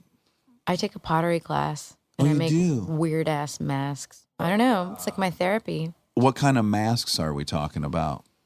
I don't know. I've got one that turned out to be Satan, and then I've got like a bunch wow. of goofy, long nose, long tongue. Like I hang my jewelry on it. Oh, uh-huh. I don't know. It's kind of silly. I still feel like music is my hobby. I mean, because that's what keeps it fun. Do you have any current favorite musicians right now that are like blowing your hair back? I'm kind of like I'm really into this piano player on that Ethiopiques stuff. This old Ethiopiques? Yeah, it's What's like, that? Like these old musicians from the 30s or 40s from Ethiopia that did this. It was just beautiful music. Wait, you mentioned Talib, and you did a song with Talib, right? I did. Yeah. Yeah. You did? That's on. So Dax Oh. made me a playlist of songs. Oh my God. on there. Oh my God. Yeah. Yeah, it's a good. I'm having an out of body experience right now. Soon the new day. Yeah. That's, I love that one. Wait a minute. Oh my God, Monica. That Why was didn't I me. put that together? That was me. That is my single favorite song. Soon the new day. Yeah. It's a beautiful. It's a great song. That was fun. I wrote a script. First line of the thing is, you often put what music comes first before the scene. And in the script, it says, Soon the New Day by Talib. It said, if this song doesn't make you want to fuck, you're dead. That in parentheses, for people who haven't heard it. That was great. What was that? I just want to nerd out for a second. Was Yeah. that a fun experience? Yeah, it was fun. I mean, I just went into the studio and he already had it all mapped out. So I just sang it. Oh my God. I'm so happy you just pointed that out. Yeah. It's a good one. I haven't heard that in a long time. All right. Well, what's next? Are you playing anywhere coming up? So Puss in Boots, and it's like we got together maybe 10 years. We've been together almost. My friend Sasha Dobson and Catherine Popper. Sasha and I got together to sort of learn how to play guitar. Okay. And so, because she's a singer, and I'm a piano player and singer, but we basically just booked these gigs in New York at this pool hall and did a gig every week. I wore a hat and played shitty guitar for years until we kind of got. And was the thing goal to going. actually try to prevent anyone from knowing it was actually you? Was like that part of the recipe? I didn't want anybody to know it was me. So, Right. So nobody did. I mean, eventually we kind of got a thing together and we became a band, and now we have this whole thing, and we're like I mean, it's so fun right now playing with a band. Just being in a band is special. When you have the chemistry, when it's good, it is so good. Well, it's what, like, even these guys who retire from the NFL, that people think, oh, what they miss is the spotlight, but it's like people who have spent their life on a team. Yeah. It's really depressing to not be on one of those teams. Yeah, and it's really fun to go out there and have 3 strong personalities and just be riffing with each other. It's a really fun band. They are hilarious people. And over the I've finally learned how to play guitar. And last night we played, and I've been playing drums on a few songs. And now we're switching instruments again to kind of learn a new thing. But it's inspiring. We're all writing a lot of new songs for the band. You know, it's like when I started writing songs, I just kind of did whatever came to me or was inspired by whatever I was listening to. But now it's funny how when I'm playing with certain people, I start thinking in terms of writing, like, oh, I'm going to write this song. And then I was, oh, this will work with this group of musicians, you know? So how many bands are you in right now currently? Well, that band, I have this band called the Little Willies that I play with sometimes that we haven't played in a while, but we just did this Willie Nelson thing. For his birthday, we played a couple of songs. We're called the Little Willies after Willie Nelson. Oh, that's really cute. But both of these 2 bands are kind of country, but also they're bar bands. And it's just fun. Did you? Oh, you brought a guitar. I brought a guitar. What's your willingness to play a song? I'm willing to play a song. I just don't really know what. Oh, can I ask you a pervy question, and Yeah. then you can cut? You tell me Yeah, to. I'll please cut it out. ask me a pervy question. Okay. When I heard that song, I didn't come. Oh yeah. I was like, does she mean she didn't orgasm? No. Oh, Do a lot of people because can ask I you just? that? Is that a common question? It's just like a joke. Oh, I mean- I'm not. I say it sincerely because well- let me tell you why. I can build like a whole emotional case how a woman would end up writing that song because men are so obsessed with "Did you come?" Oh yeah.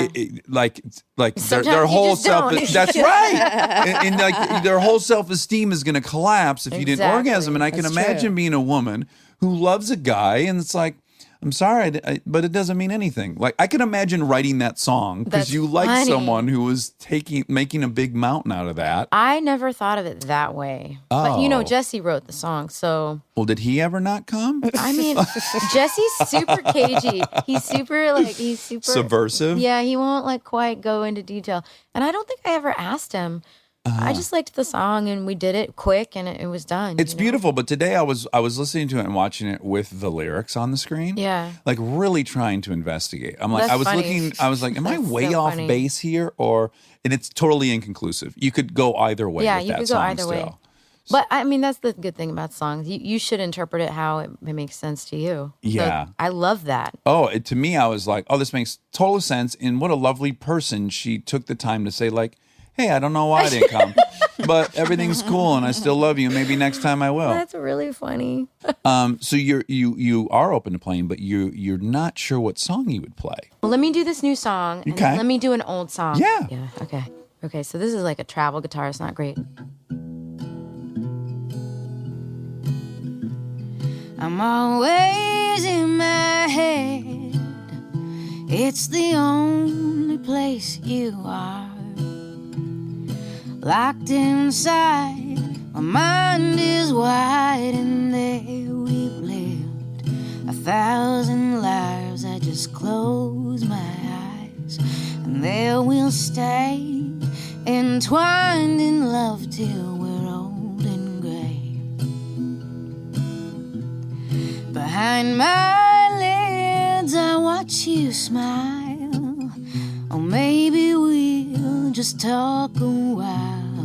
Protected by walls, we'll rise and we'll fall and we'll laugh together as one in the sun. Then I pry them open, stare at the sky, and I cry and I cry and I cry.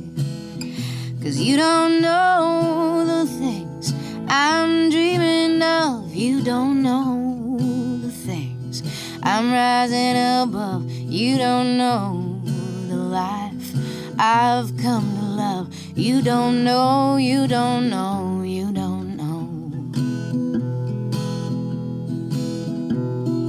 Time is running out. This life I'm living is one and done. So I look to the road that goes over the mountain. I look into the valley. Beyond that river, I look in my heart, and I hope and pray for something to lead me the righteous way. 'Cause you don't know the things I'm going through. You don't know the things I don't wanna do. You don't know the lies I tell myself. You don't know, you don't know, you don't know. You don't know the things I'm dreaming of. You don't know the things I'm rising above. You don't know the life I've come to love. You don't know, you don't know, you don't know. You don't know, you don't know, you don't know. You don't know, you don't know, you don't know. Yay! Oh my goodness. Good God. I was having a whole fantasy while I was listening to that. I had my eyes closed and I was seeing a picnic in a grassy field. Yes. Yeah. That's what it does. With your songs, I am immediately somewhere else. Yeah. And also there's so like rare. it's a period piece for me too. Yeah. It's like picnic? the picnic was like 50s. Oh. In Texas. Yes, absolutely. So you hear my Absolutely. Texas, right? Like coming out. I do, and Yeah. it's definitely country, right? I mean, it's Yeah. Well, this song I wrote for that band Puss in Boots. yeah, which is country. Yeah, it's a new song. So, yeah, it's fun. It's fun when we get together and talk, and then we write. Well, what other song are you gonna? You say you're gonna play an old one? I could play an old one.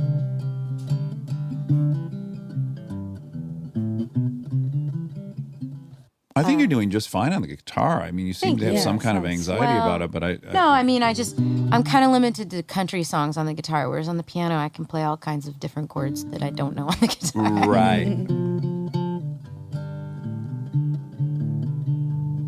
Ooh, I have a question for you. This is just a weird question.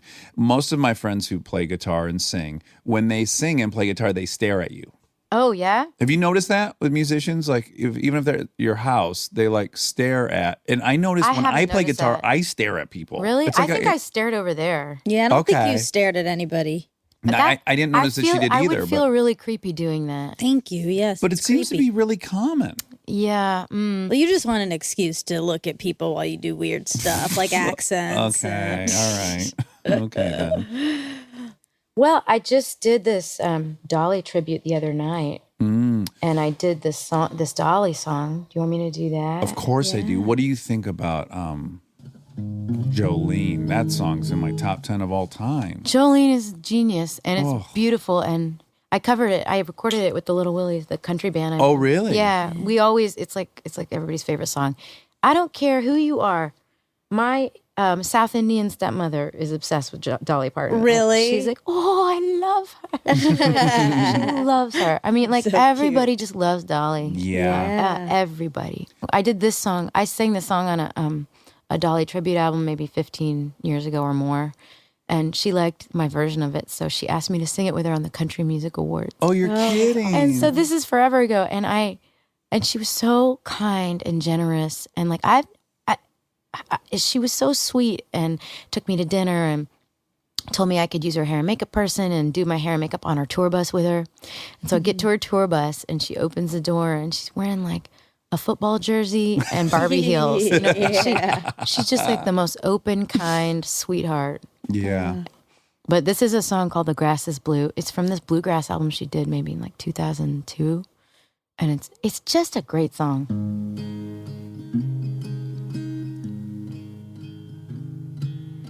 I've had to think of a way to survive since you said it's over, told me goodbye. I just can't make it one day without you, unless I pretend that the opposite's true.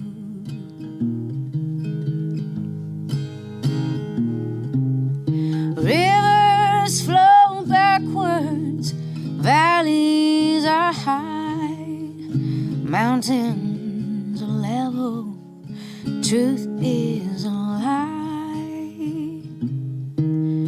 I'm perfectly fine and I don't miss you. And the sky is green and the grass is blue.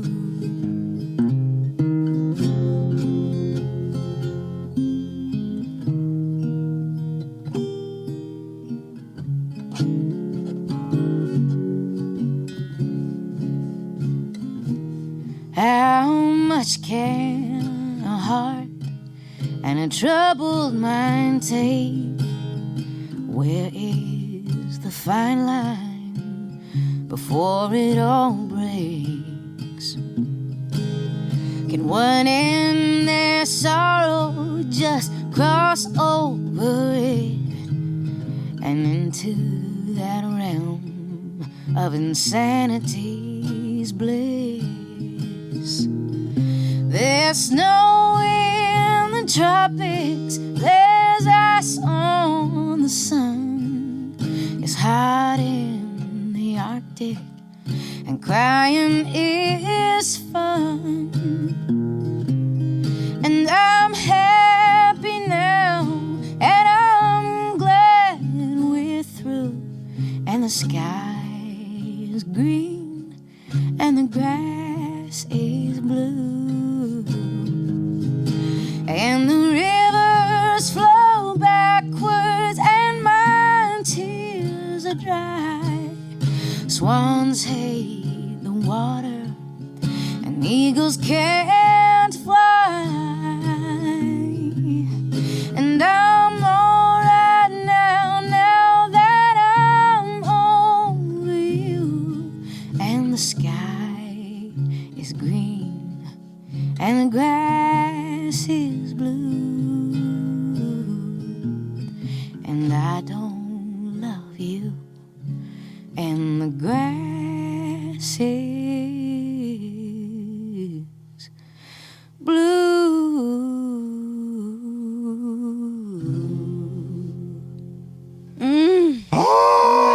God. Oh my goodness. Isn't that the best song? Oh my gosh. Such a beautiful song. Wow.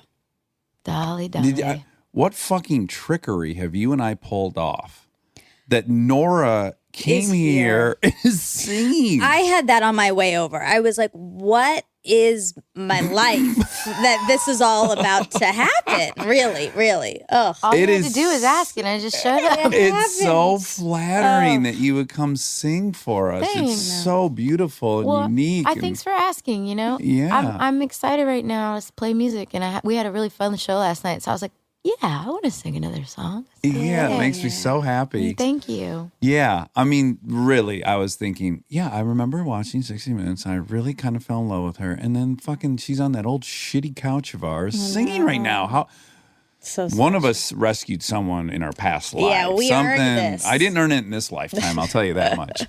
Nora, thank you so much for coming. Crazy, crazy nice that you came and sang for us on a rainy Sunday in Los Yeah, Angeles. thank you. So- It was fun. Okay, I good. appreciate it. And now my favorite part of the show, the fact check with my soulmate, Monica Padman.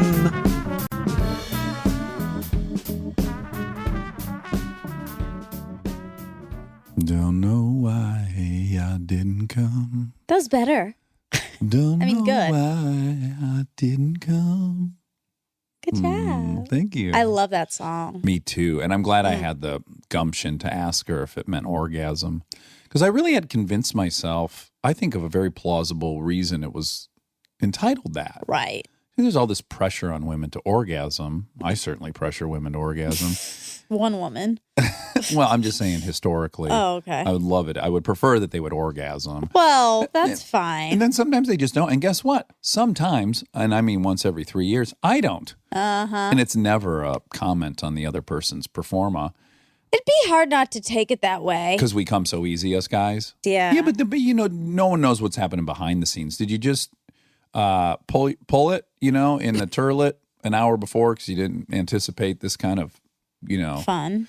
right? That could happen. Sure. You know, there's different things. You could be heavily sedated, if you're just out of surgery. Oh, well, yeah. I think in that case, people probably have a lower bar. That's true. Well, I can see someone taking it personal. I probably would. Yeah. I'm very sensitive. Well, me too. The lady who waxes me told me yesterday that I have a very thin skin, and I was like, "You're telling me." But hold on a second. Tell me something I don't know, lady. She actually was suggesting that your dermis was thin. Was thin, yeah. Really? Yeah. What kind of clues is she getting that it's thin? Well, she tore a big chunk of your skin off? I was nervous. I was like, ugh, what has happened down there that made you say that? Yeah. We're talking about my private parts. Sure, but we're being very eloquent about it. Delicate. She's an expert in private parts, okay? For sure. In female privates. So she's seen a lot of skin, and I guess mine's just thinner than what she's used to. Was this her read? Like, so she's got the wax on there, and she's about to pull, and she goes, "Ugh, your skin is really thin." Like, if that see her happened, scrambling, like, trying to get some napkins in her hand.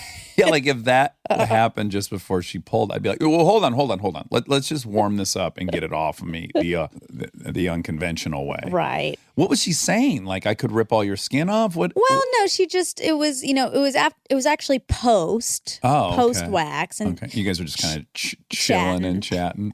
And she was plucking. She was doing some plucking. Oh, gosh. So first she gets in there with some wax. Oh, yeah. And then she goes at it with some tweezers? Sometimes it's a mix of soft wax, hard wax, and tweezing. What is this, like $1,000? It's got to be expensive. $60. Okay. Yeah, I don't know if I should say that. Why? I don't know.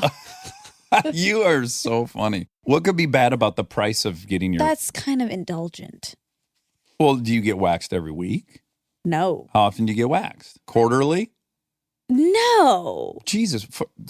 Don't get offended. Well, we already went over you have thin skin. Go ahead, get offended. We know medically you have a condition. 4 times a year, do you know what? No, I could never do that. I don't know what that Well, would look mean. at my hair on my head, okay? That's a good indicator of what's going on. Oh, my God. You have 3-foot long vaginal hair? Yeah. Oh, my God. If I let it go, if I do quarterly, that's what it'll look like. Wow. But even when I say quarterly, what I really mean is 4 times a year. And that could just mean you go every 3 weeks in summer when you're going to be in a lot of swimwear. And then you could just phone it in for 8 months. I don't know. I don't know what program you're on. I know. But so how many times do you think it is? I normally, yearly? probably once a month. Okay, so 12 a year. So that's $720 a year. Oh, that's wow. not. That's what all that's this not was terrible. leading to. Some fast math. That's not terrible. That's a lot of money. Anywho. Did she say there's anything you could do to make it thicker? And is that something anyone would want to do? Can't imagine down there you'd want to have like a pachyderm skin. You know what a pachyderm is? No. A pachyderm's a group of animals described by their skin. You've got rhinoceros, hippopotamus, and elephants. Hippopotamus. Yeah. They're all pachyderms. A real thick skin. Do have thick skin. Yeah. Interesting. So do they want you to have like pachyderm? I wouldn't want that. No, I don't think so. I feel like it would denigrate your sensitivity. I think I could go a little thicker, but I probably don't want to get too thick and down there. Right. But it is thin. She's right. It's pretty thin. Okay. All of it. Emotionally and physically. Right. Well, it's part of your charm. You're a feeler. Yeah. That's nice. Sure. Do you think on the playground, if people wanted to be mean, they would call someone a pachyderm pussy? But do you think that they anyone say like, "Ooh, here comes Jenny, pachyderm pussy"? I hope nobody's saying that. Also, what a deep cut. I hope they're not. A deep cut. Yes, well, it would require a very deep cut to get through that pachydermis. but I would be both proud of the person for being so inventive and scientific about their insult. Sure. And then I would be sad, of course, because that would be a mean thing to say. Unless it was super desirable in that culture. It might be super desirable in ours. I don't know. To have just normal skin, then pachydermis below the waistline. Well, okay, you're picturing like the color of a hippo skin. No, same not. Color. Same just color. 5 times thickness in one area. That seems a little off-putting. I think we'd all agree. Okay, well, I have a weird question. Can you tell a difference between thickness of all of your exploits? Yeah. No, I couldn't. There's no way I could guess whether it was like a millimeter thick or 1.2 millimeters thick. I guess you would only be able to tell if it was so thin that you could like see their insides. Or when you touched it, it broke. And then vice versa, if it was a pachyderm style, that like it just didn't move, it was just pretty It was just like not malleable. It was like an old leather rawhide bone. Or a mold.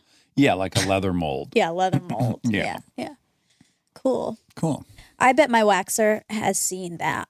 She's seen Pussy everything. pachydermis. She Do you think that's the medical?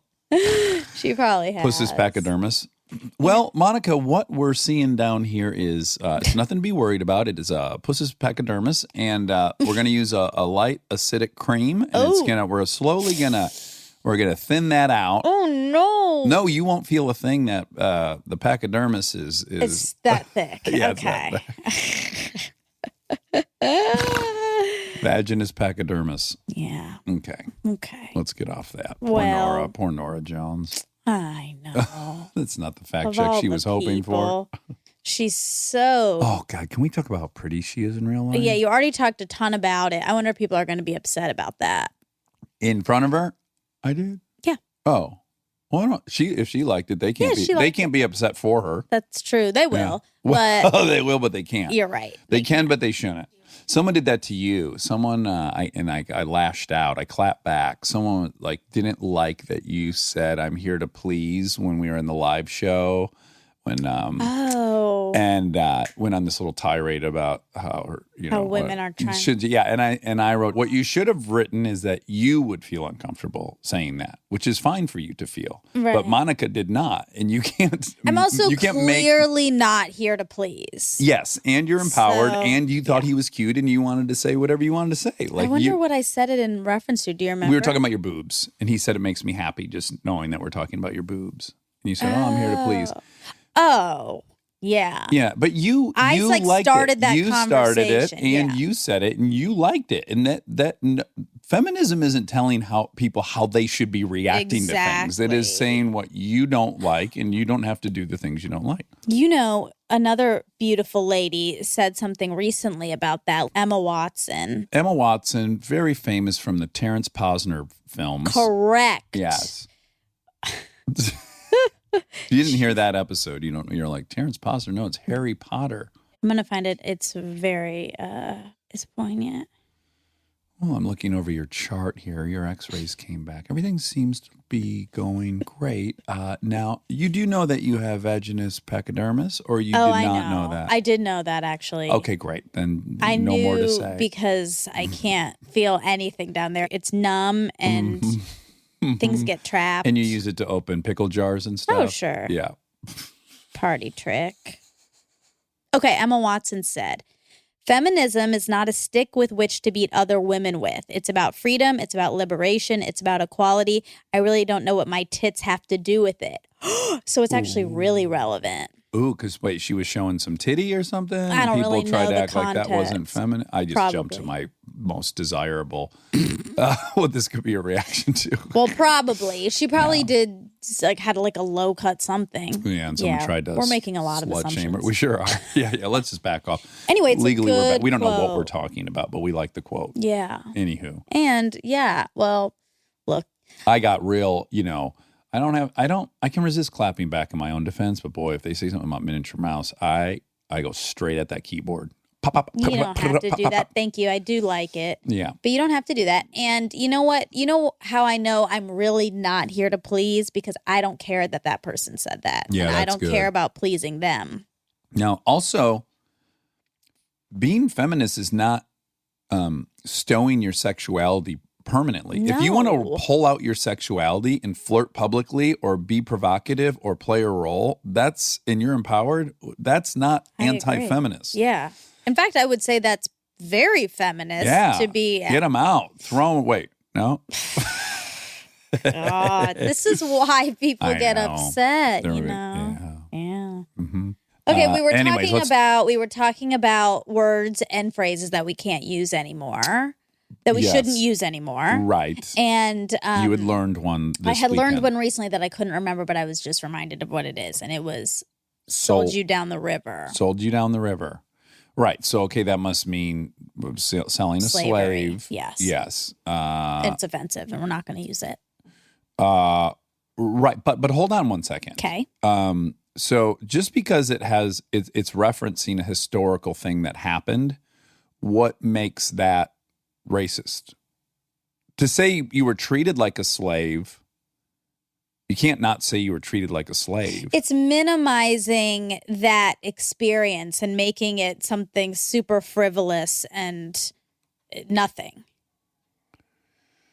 Can't do that. Sure, but you can go. I mean, people say, and I think they should be able to say, like, I hate Burger King. They work me like a slave there. That's still talking about slaves, and you should still be able to say that. Yeah. Okay, but look, let's give an example. So gypped, you shouldn't say gypped anymore because Yeah. it's in reference to gypsies giving people bad deals. Exactly. So that's a character assassination on gypsies. Right. So that makes total sense why you wouldn't say it. Mm-hmm. Right? Mhm. Sold You Down the River, there's no negative characterization about anybody in that. It's just like a reference to something that would, like a backroom deal. But again, it's taking something very serious Mm-hmm. and I think it minimizes it by just making it this like frivolous phrase that we use to talk about not an important thing. I just heard that you can't say "sell me down the river," and I think I'm not gonna just. Someone tells me, "Hey, you're not allowed to say that anymore," and I go, "Oh, okay, no problem." That's not my nature to just go like, you tell me I can't say something, and I go, "Okay, great." I want to know why, and just because you say, "Oh, it's historically it's about slaves," I still need more. I still need to know why just referencing slaves is entirely off the table because we do it all the time. Yeah, but slaves, there have been a ton of slaves in history. Right. This is talking about a very specific American slavery situation. Okay, but even within that, why would one slave be worse or better than the other? So when I say they work me like a slave at Burger King, I say, well, I'm referring to the Egyptian slaves. Why is that any better? Like, slavery is a concept, and you use it as a reference point to bitch about something. I think as long as the point you're making and why you're referencing something is exactly that, to acknowledge that it was terrible, then I don't see it as undermining it. I see it as it is undermining because whatever you're talking about is not the same thing as getting sold down the river, your life. Well, right. And also, they're killing me at work doesn't really mean they're killing you. So we have all these expressions. But one thing was forced on another person. Mm-hmm. The other thing is not. The other thing is something that happens in life. That's not the same thing. Okay. There aren't racial implications all over this country because just generally people are dying. Right. But there are from slavery. And the fact that happened is still causing problems. Yeah, again, I see why gypped shouldn't be said because it's a character assessment on gypsies. So that I get that. I'm just not getting this one, and that's fine. And I see your point. Yeah. But it doesn't seem negative towards anybody. I need an explanation other than that the root of that expression is in slavery. But do you think that Black people in this country aren't affected by slavery? By what happened? Of course they are. Okay, so that doesn't mean they're offended that someone references one of the aspects of slavery. Yeah, and making it sound like it's not that big of a deal. Like whatever you're referencing when you say sold them down the river is like... It's the same as threw me under the bus. It's the same as all these things. It's They're all hyperbolic. I would need to hear from somebody so they could explain what's offensive about it. Right now, I'm not understanding that. I guess for me, what I don't understand about these conversations is why? Why do you need that? Why can't you just hear? Because I don't blindly just accept what people tell me without any kind of explanation. But it's their feelings. Yeah, so to me, this would be, and I guarantee you would reject this, Jewish people told me you can't call someone a Hitler anymore because there was a real Hitler, and the real Hitler killed their ancestors. So no one's allowed to say Hitler anymore. That's the exact same thing. What? No. We have a guy who represents evil incarnate. Now, to call a politician you don't like Hitler is not undermining what a Jewish person's grandparents went through. Those things are not related in any way. And so if a Jewish person said, you can't say that anymore because of my grandparents, I would really need them to walk me through how it's hurting them and to make sure that they're not just trying to have a thing to have some control over in life. But They can't just declare, the Jews can't declare that we're not allowed to reference Hitler onto other people. Do you agree with that?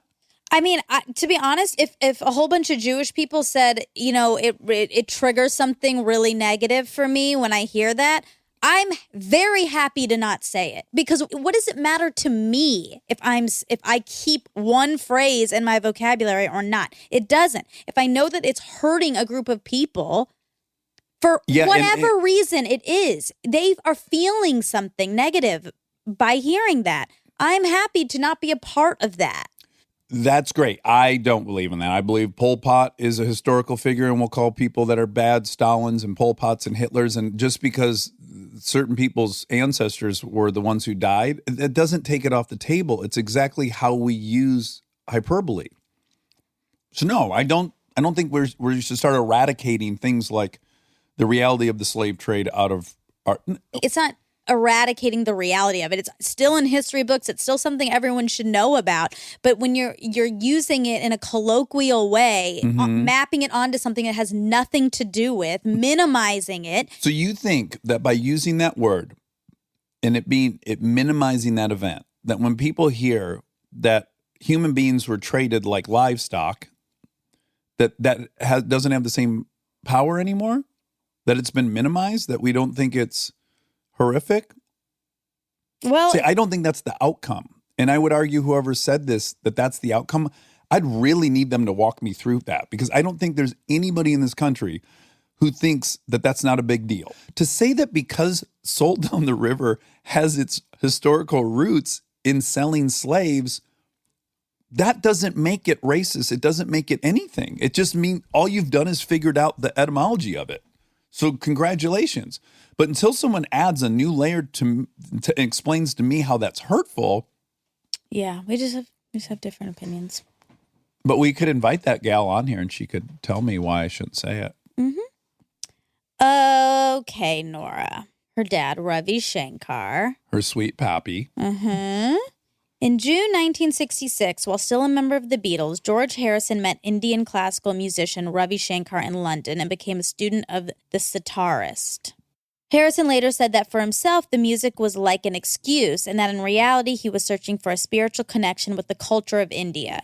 The association immediately brought Shankar and Indian music unprecedented popularity in the West, while Harrison's introduction of the sitar into the Beatles' sound inspired a new genre known as raga rock, maybe? Anyway, because you said, was he the gateway for why the Beatles went to India?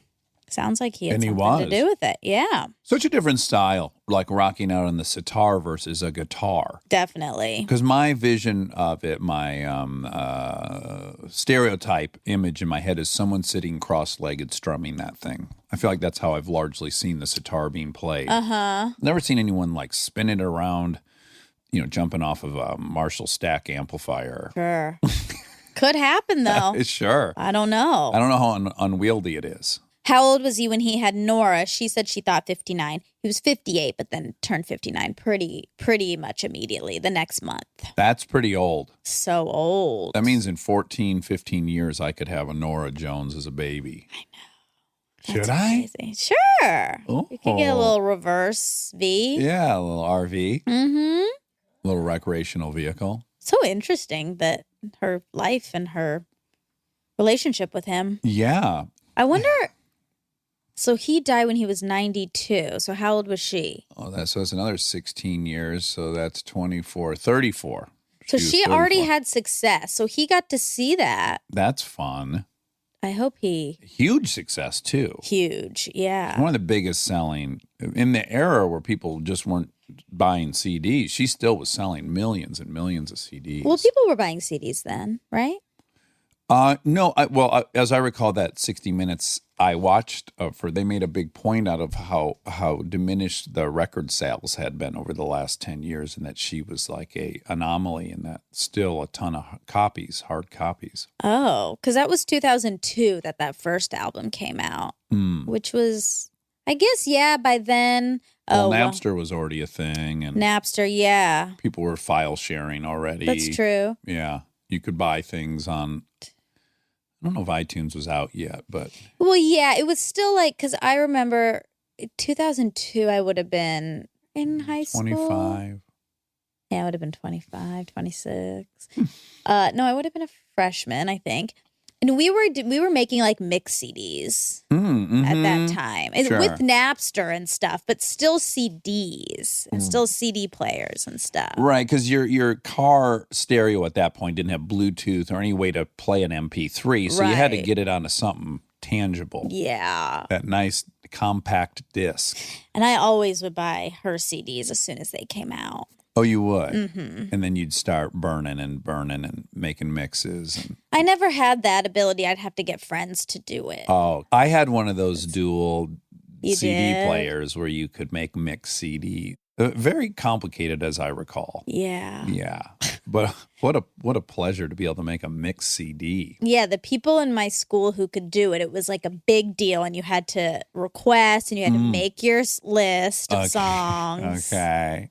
It And was did they really charge? Was it like a $20 deal? I don't remember paying. Because those blanks weren't free. That's true. No. They could have made some real money. Maybe they did. I don't remember. Oh, how tall is Marie Kondo? I said she was 2 inches tall. And And did that hold up? not quite. According to Newsweek, it's 4'7", Oh, that's cute. which makes sense. I mean, I have seen her, and she was so Yeah. much shorter than me. Yeah, 5.5 inches shorter. Yeah, Wow. I know. That's a big She's so leap. cute. Is she? Ugh, yeah. You have a crush on her? Yeah, Yeah. she's adorable. I can't help as a pervert to wonder what it's like to make love to someone that small. God. You know? Be more delicate, I guess. Do you think, what if she has thick skin? Oh, Pussus pachydermis? Yeah, yeah. What if Vaginous it'd be pachydermis? so Counterintuitive. incongruous. Yeah. Counterintuitive. Yeah. Sextinch. No, I bet she has most delicate, thin Well, skin. you've seen that amazing photo of Shaq and his girlfriend, right? Oh, yes. Oh, Oh, my my God. I mean, I want to, not even for sexual reasons. No, I know. Just curiosity. I want to watch them make love so bad. I am Shaq, if curious. you're a listener, please invite me in so I can just watch what's going on ergonomically. I know.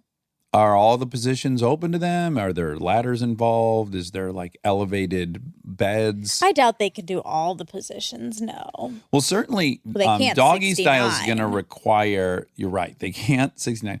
Doggy style is going to require some kind of a little stool or platform for her, even if he's on his knees.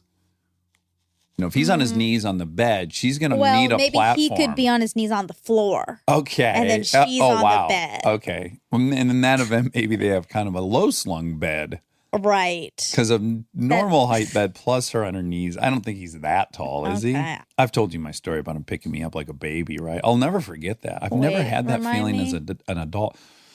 First time I ever met him, I was walking to a premiere in Westwood and I was behind him and I jokingly said, like, get the fuck out of the way, little guy, or something. Oh, wow. And really testing whether or not he might know me. And then he turned around and he started laughing. And then he grabbed me by my humerus, by both sides of my arms, and lifted me like you lift a child up when you're looking at a child. Right. And I just got scooped up into the air and I was looking down at my daddy's shack. And I was thinking, man, I'm 200 pounds and he just did a fucking deltoid straight armed lift. This guy is so strong. Wow. I was having so many emotions. Gratitude he didn't kill me, that he knew me. Going back to myself as a baby. You know? yeah. Excited to see the movie we were all going to. So everything was firing. I would have loved it if he would have let me sit on his lap the whole movie and cradled me. I think that if he had lifted me up, he would have used too much force and I would have gone flying out. I think you're right. Yeah. I think he would have to have a good firm hold on your humeri so that you didn't fly up in the sky. Yeah. I'd love to see him throw you into a pool. I'd be scared. But you don't think your training would take over? No. Your muscle memory? You would just stabilize yourself in the air and That's not what happens. I've told you Touch this your toes. many times that you don't balance yourself. That's the whole point. That's the trick. okay. Okay. All right. So, I want to warn you. You might have to tell me that again. oh, God. Fine. Because of my thin skin. I'm very triggered by that. By what? Not you, but like my mom. Picking you up? No. Having to repeat. Oh. Yeah. Yeah. Yeah. Yeah. I'd say that checks out. Anywho. I love to get to repeat myself. I mean, that's all I am is a broken record of these fucking dumb stories I tell nonstop. So, like, if you have forgotten something about auto racing, I can't wait to tell you again how you enter a turn and hit the apex. I'd love to tell you every day for the rest of your life. I know. We're just different. Yeah, we are, as we found out with that. What? Sell you down the river. Oh, yeah. Yeah. Ooh, I don't know why you brought that back up. That was a horrible idea. Okay. She talks about how she wanted to take piano lessons, and then her mom bought her a piano, and then she immediately wanted to quit. This happened to me, but then I did quit, and I'm so upset. And I wish my mom made me take lessons for 5 years. There is no making my you do mom anything. is so bad at being my mom. You are impossible to make do something that you don't want to do. Get real. That's not true. You don't even succumb to peer pressure. You think you're going to succumb to parental pressure? Well, not parental, but I definitely succumbed. Oh. Another fact is that you said, what's the past tense of succumb? You said succumb, and then you said, I don't think you can do past tense, but the past tense is succumbed. Ew, I don't like it. I do. Succumbed. I like it a lot. Oh. So I succumbed. I would not succumb to parental pressure ever. Right. Or peer. But I really was a big rule follower. Mm-hmm. So if I knew that my piano teacher was going to require me to practice 30 minutes a day, I had to do that. Right. So I did do that. I just hated it. But I assume you quit. Your mom didn't pull the plug on this, right? You go, no, I'm not doing this anymore. Right. Yeah. Yeah. So what do you wish your mother had I wish done? she said, I wish she wouldn't have let me do that. And Right, said, but do you really have to do it for 5 more years. But do you really think she could have done that? Yeah. I don't think so. I don't think you were listening to her in that way. No, I was. I think my mom, see, this is so embarrassing. Okay. So I had a piano recital that went horribly awry. Go on. It was so embarrassing. I had a mushroom cut hair cut and a horrible dress, also purchased by my mom. And my whole family came. My best friend Julia came. And I just was in front of all these people and I was playing and I messed up and then I just sat there. As a frozen statue for a long time. Okay. No one came on stage to give you a hug. Eventually, my teacher came. Okay. And was like helping me. Played it for you. He played it for me, like basically puppeted my hands. Okay. And then I completed it, and then that was that. And it was horribly embarrassing for me and my family. Monica? Yeah. We've had a breakthrough here today. Why? I've never heard that story. Oh, really? Well, I don't repeat stories. You shit the proverbial bed. Now, big time. I'm adding to my list of destinations in my time machine. So as you know, I'm going back. I'm sleeping with your grandma. Okay. Then I'm going to bounce over to Oregon, sleep with Ma Nod Sheila. Sure. And then I'm going to bounce over to that recital. No. And I'm going to be there in 1 second to give that little mushroom haircut a hug. No. Yeah. I wouldn't have wanted I bet you it. looked so cute with your mushroom haircut No, and I your looked bad horrible. dress. No. Then I would have made a joke to cut the tension. And then we would have went out and got ice cream, but not at Dairy Queen.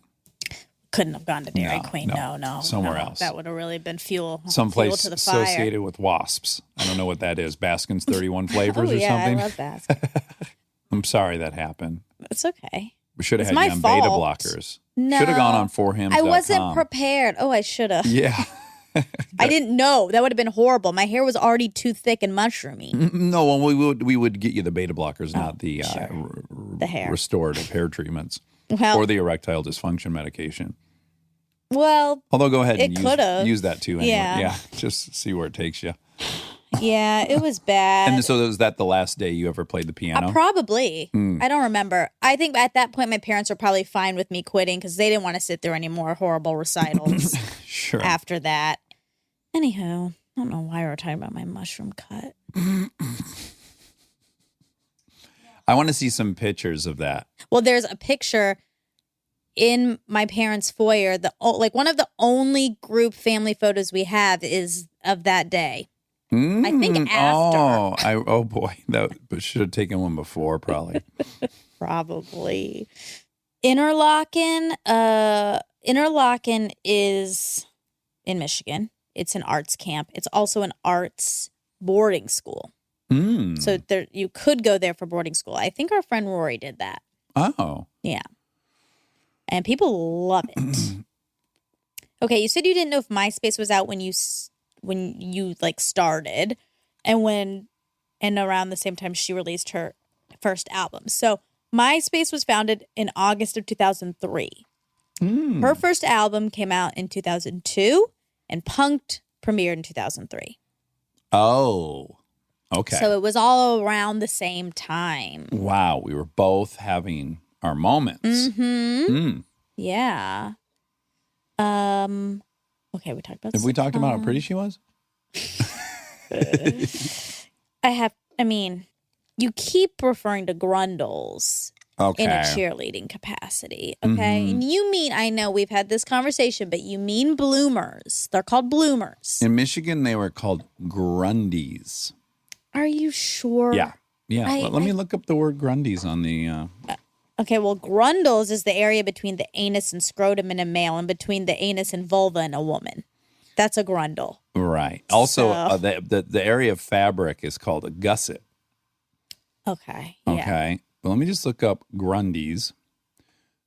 Grundies. We called them spankies You did? I think that's one too. in the Midwest. Spankies. For Or in bloomers? Chicago. Like what you wear under the skirts? Of Yeah. Okay, Grundies. As Grundies, an underwear brand name, possibly an abbreviated form of Reg Grundies. So I shrugged and shifted like my Grundies were too tight. So Grundies is a brand of underwear. That then became, it's in the Oxford Dictionary. Origin, 1990s, from undies, influenced by the name Reg Grundy, an Australian media producer. Huh. Okay. He had his trousers and his Grundies round his ankles. But also, so they're just saying undies. Yeah, pretty much. So Whatever. In my high school, the girls definitely called those Grundies, but, what can I do about that? I guess I'll need one of those people to come on. Sassy Feld. Talk to me about it. We can call Sassy. Sassy was a cheerleader? She was in Pom Pom, which was the cool thing to be in because they dance like fly girls. But did they wear skirts? I think on occasion. I don't know. Well, I'll have to ask Okay, her. yeah. So you don't know anything about this topic. And I know everything about it, so I do have to just say that. Okay. Last thing real quick. Yeah. You were talking about eternal sunshine and, do the people really know you or do they not know you post and pre-fame? And I was just telling you a story about a friend of mine who revealed a piece of information about me that made me feel like, wow, he really knows me. Anthony. Yeah, my friend Anthony. It was sort of a throwaway. But it felt really nice. Yeah. To feel like, oh my God, there are people in this world who really know me. Yeah. It really felt good. Yeah, I've never dedicated enough time to actually pinpointing what precisely I mean by that. I mean, part of it for me has a lot to do with the 10 years of struggle in the one-bedroom apartment. Of course. I know exactly what you mean by it. Okay, yeah. Yeah. Like if I could win you over then, I had nothing to offer. I couldn't get you on TV. I couldn't buy you dinner. I couldn't do anything. If anything, you were going to have to buy me dinner. But I don't even know if this is necessarily relegated to fame. Because sometimes I feel like that, whoever I end up with is not going to know who I was when I was in college or when I was before then. I was a different person that I like. Things about that person I like and I don't really have anymore. Right. Some of those qualities. So that's kind of a bummer. Yeah. I just think everyone has some evolution that happens. Parts of your personality get sort of discarded along the way, or they can. Mm-hmm. And so some people may never see those elements of it. Mm-hmm. Well, there is that, and then there's also the added like guilt of like, oh, Bree earned this ride. What do you mean? Like Bree was with me through all the hard stuff Right. and was by my side and helped me feel safe. And Yeah. split the rent with me. Yeah. And if anyone on earth deserves to be a recipient of my now good fortune, it would be her. Yeah, but I don't think anyone's thinking of partnership like that. Like, I don't think she's thinking like, I'm going to stick this out until he becomes the person I want him to become. No. For sure. You already are that person. You were that person, or she wouldn't have been with you. That's very true. I just think when I was newly single, I had two thoughts of just like, oh, this is so weird. Someone's going to meet me now as a success. Because in my mind, I've Yeah. been not a success for the majority of my life. Yeah. And then on top of that, oh man, the person that deserves any of this good stuff is her.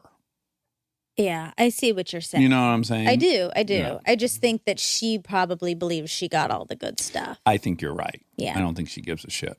Yeah. She's doing plenty fine without me. Yeah. Probably I know. better. That's not what you're saying. Yeah. But it just, those things cross my mind when I watch Eternal Sunshine. yeah. And I was single. Yeah, now I don't think about it all that much. Right. Yeah. Makes sense. But even that then happened within Kristen and I, so it's fine. A ton has still happened in my life. She still knew an earlier version of me. It's all Yeah. fine. Yeah. Yeah. Yeah. That's all. I love you. Love you.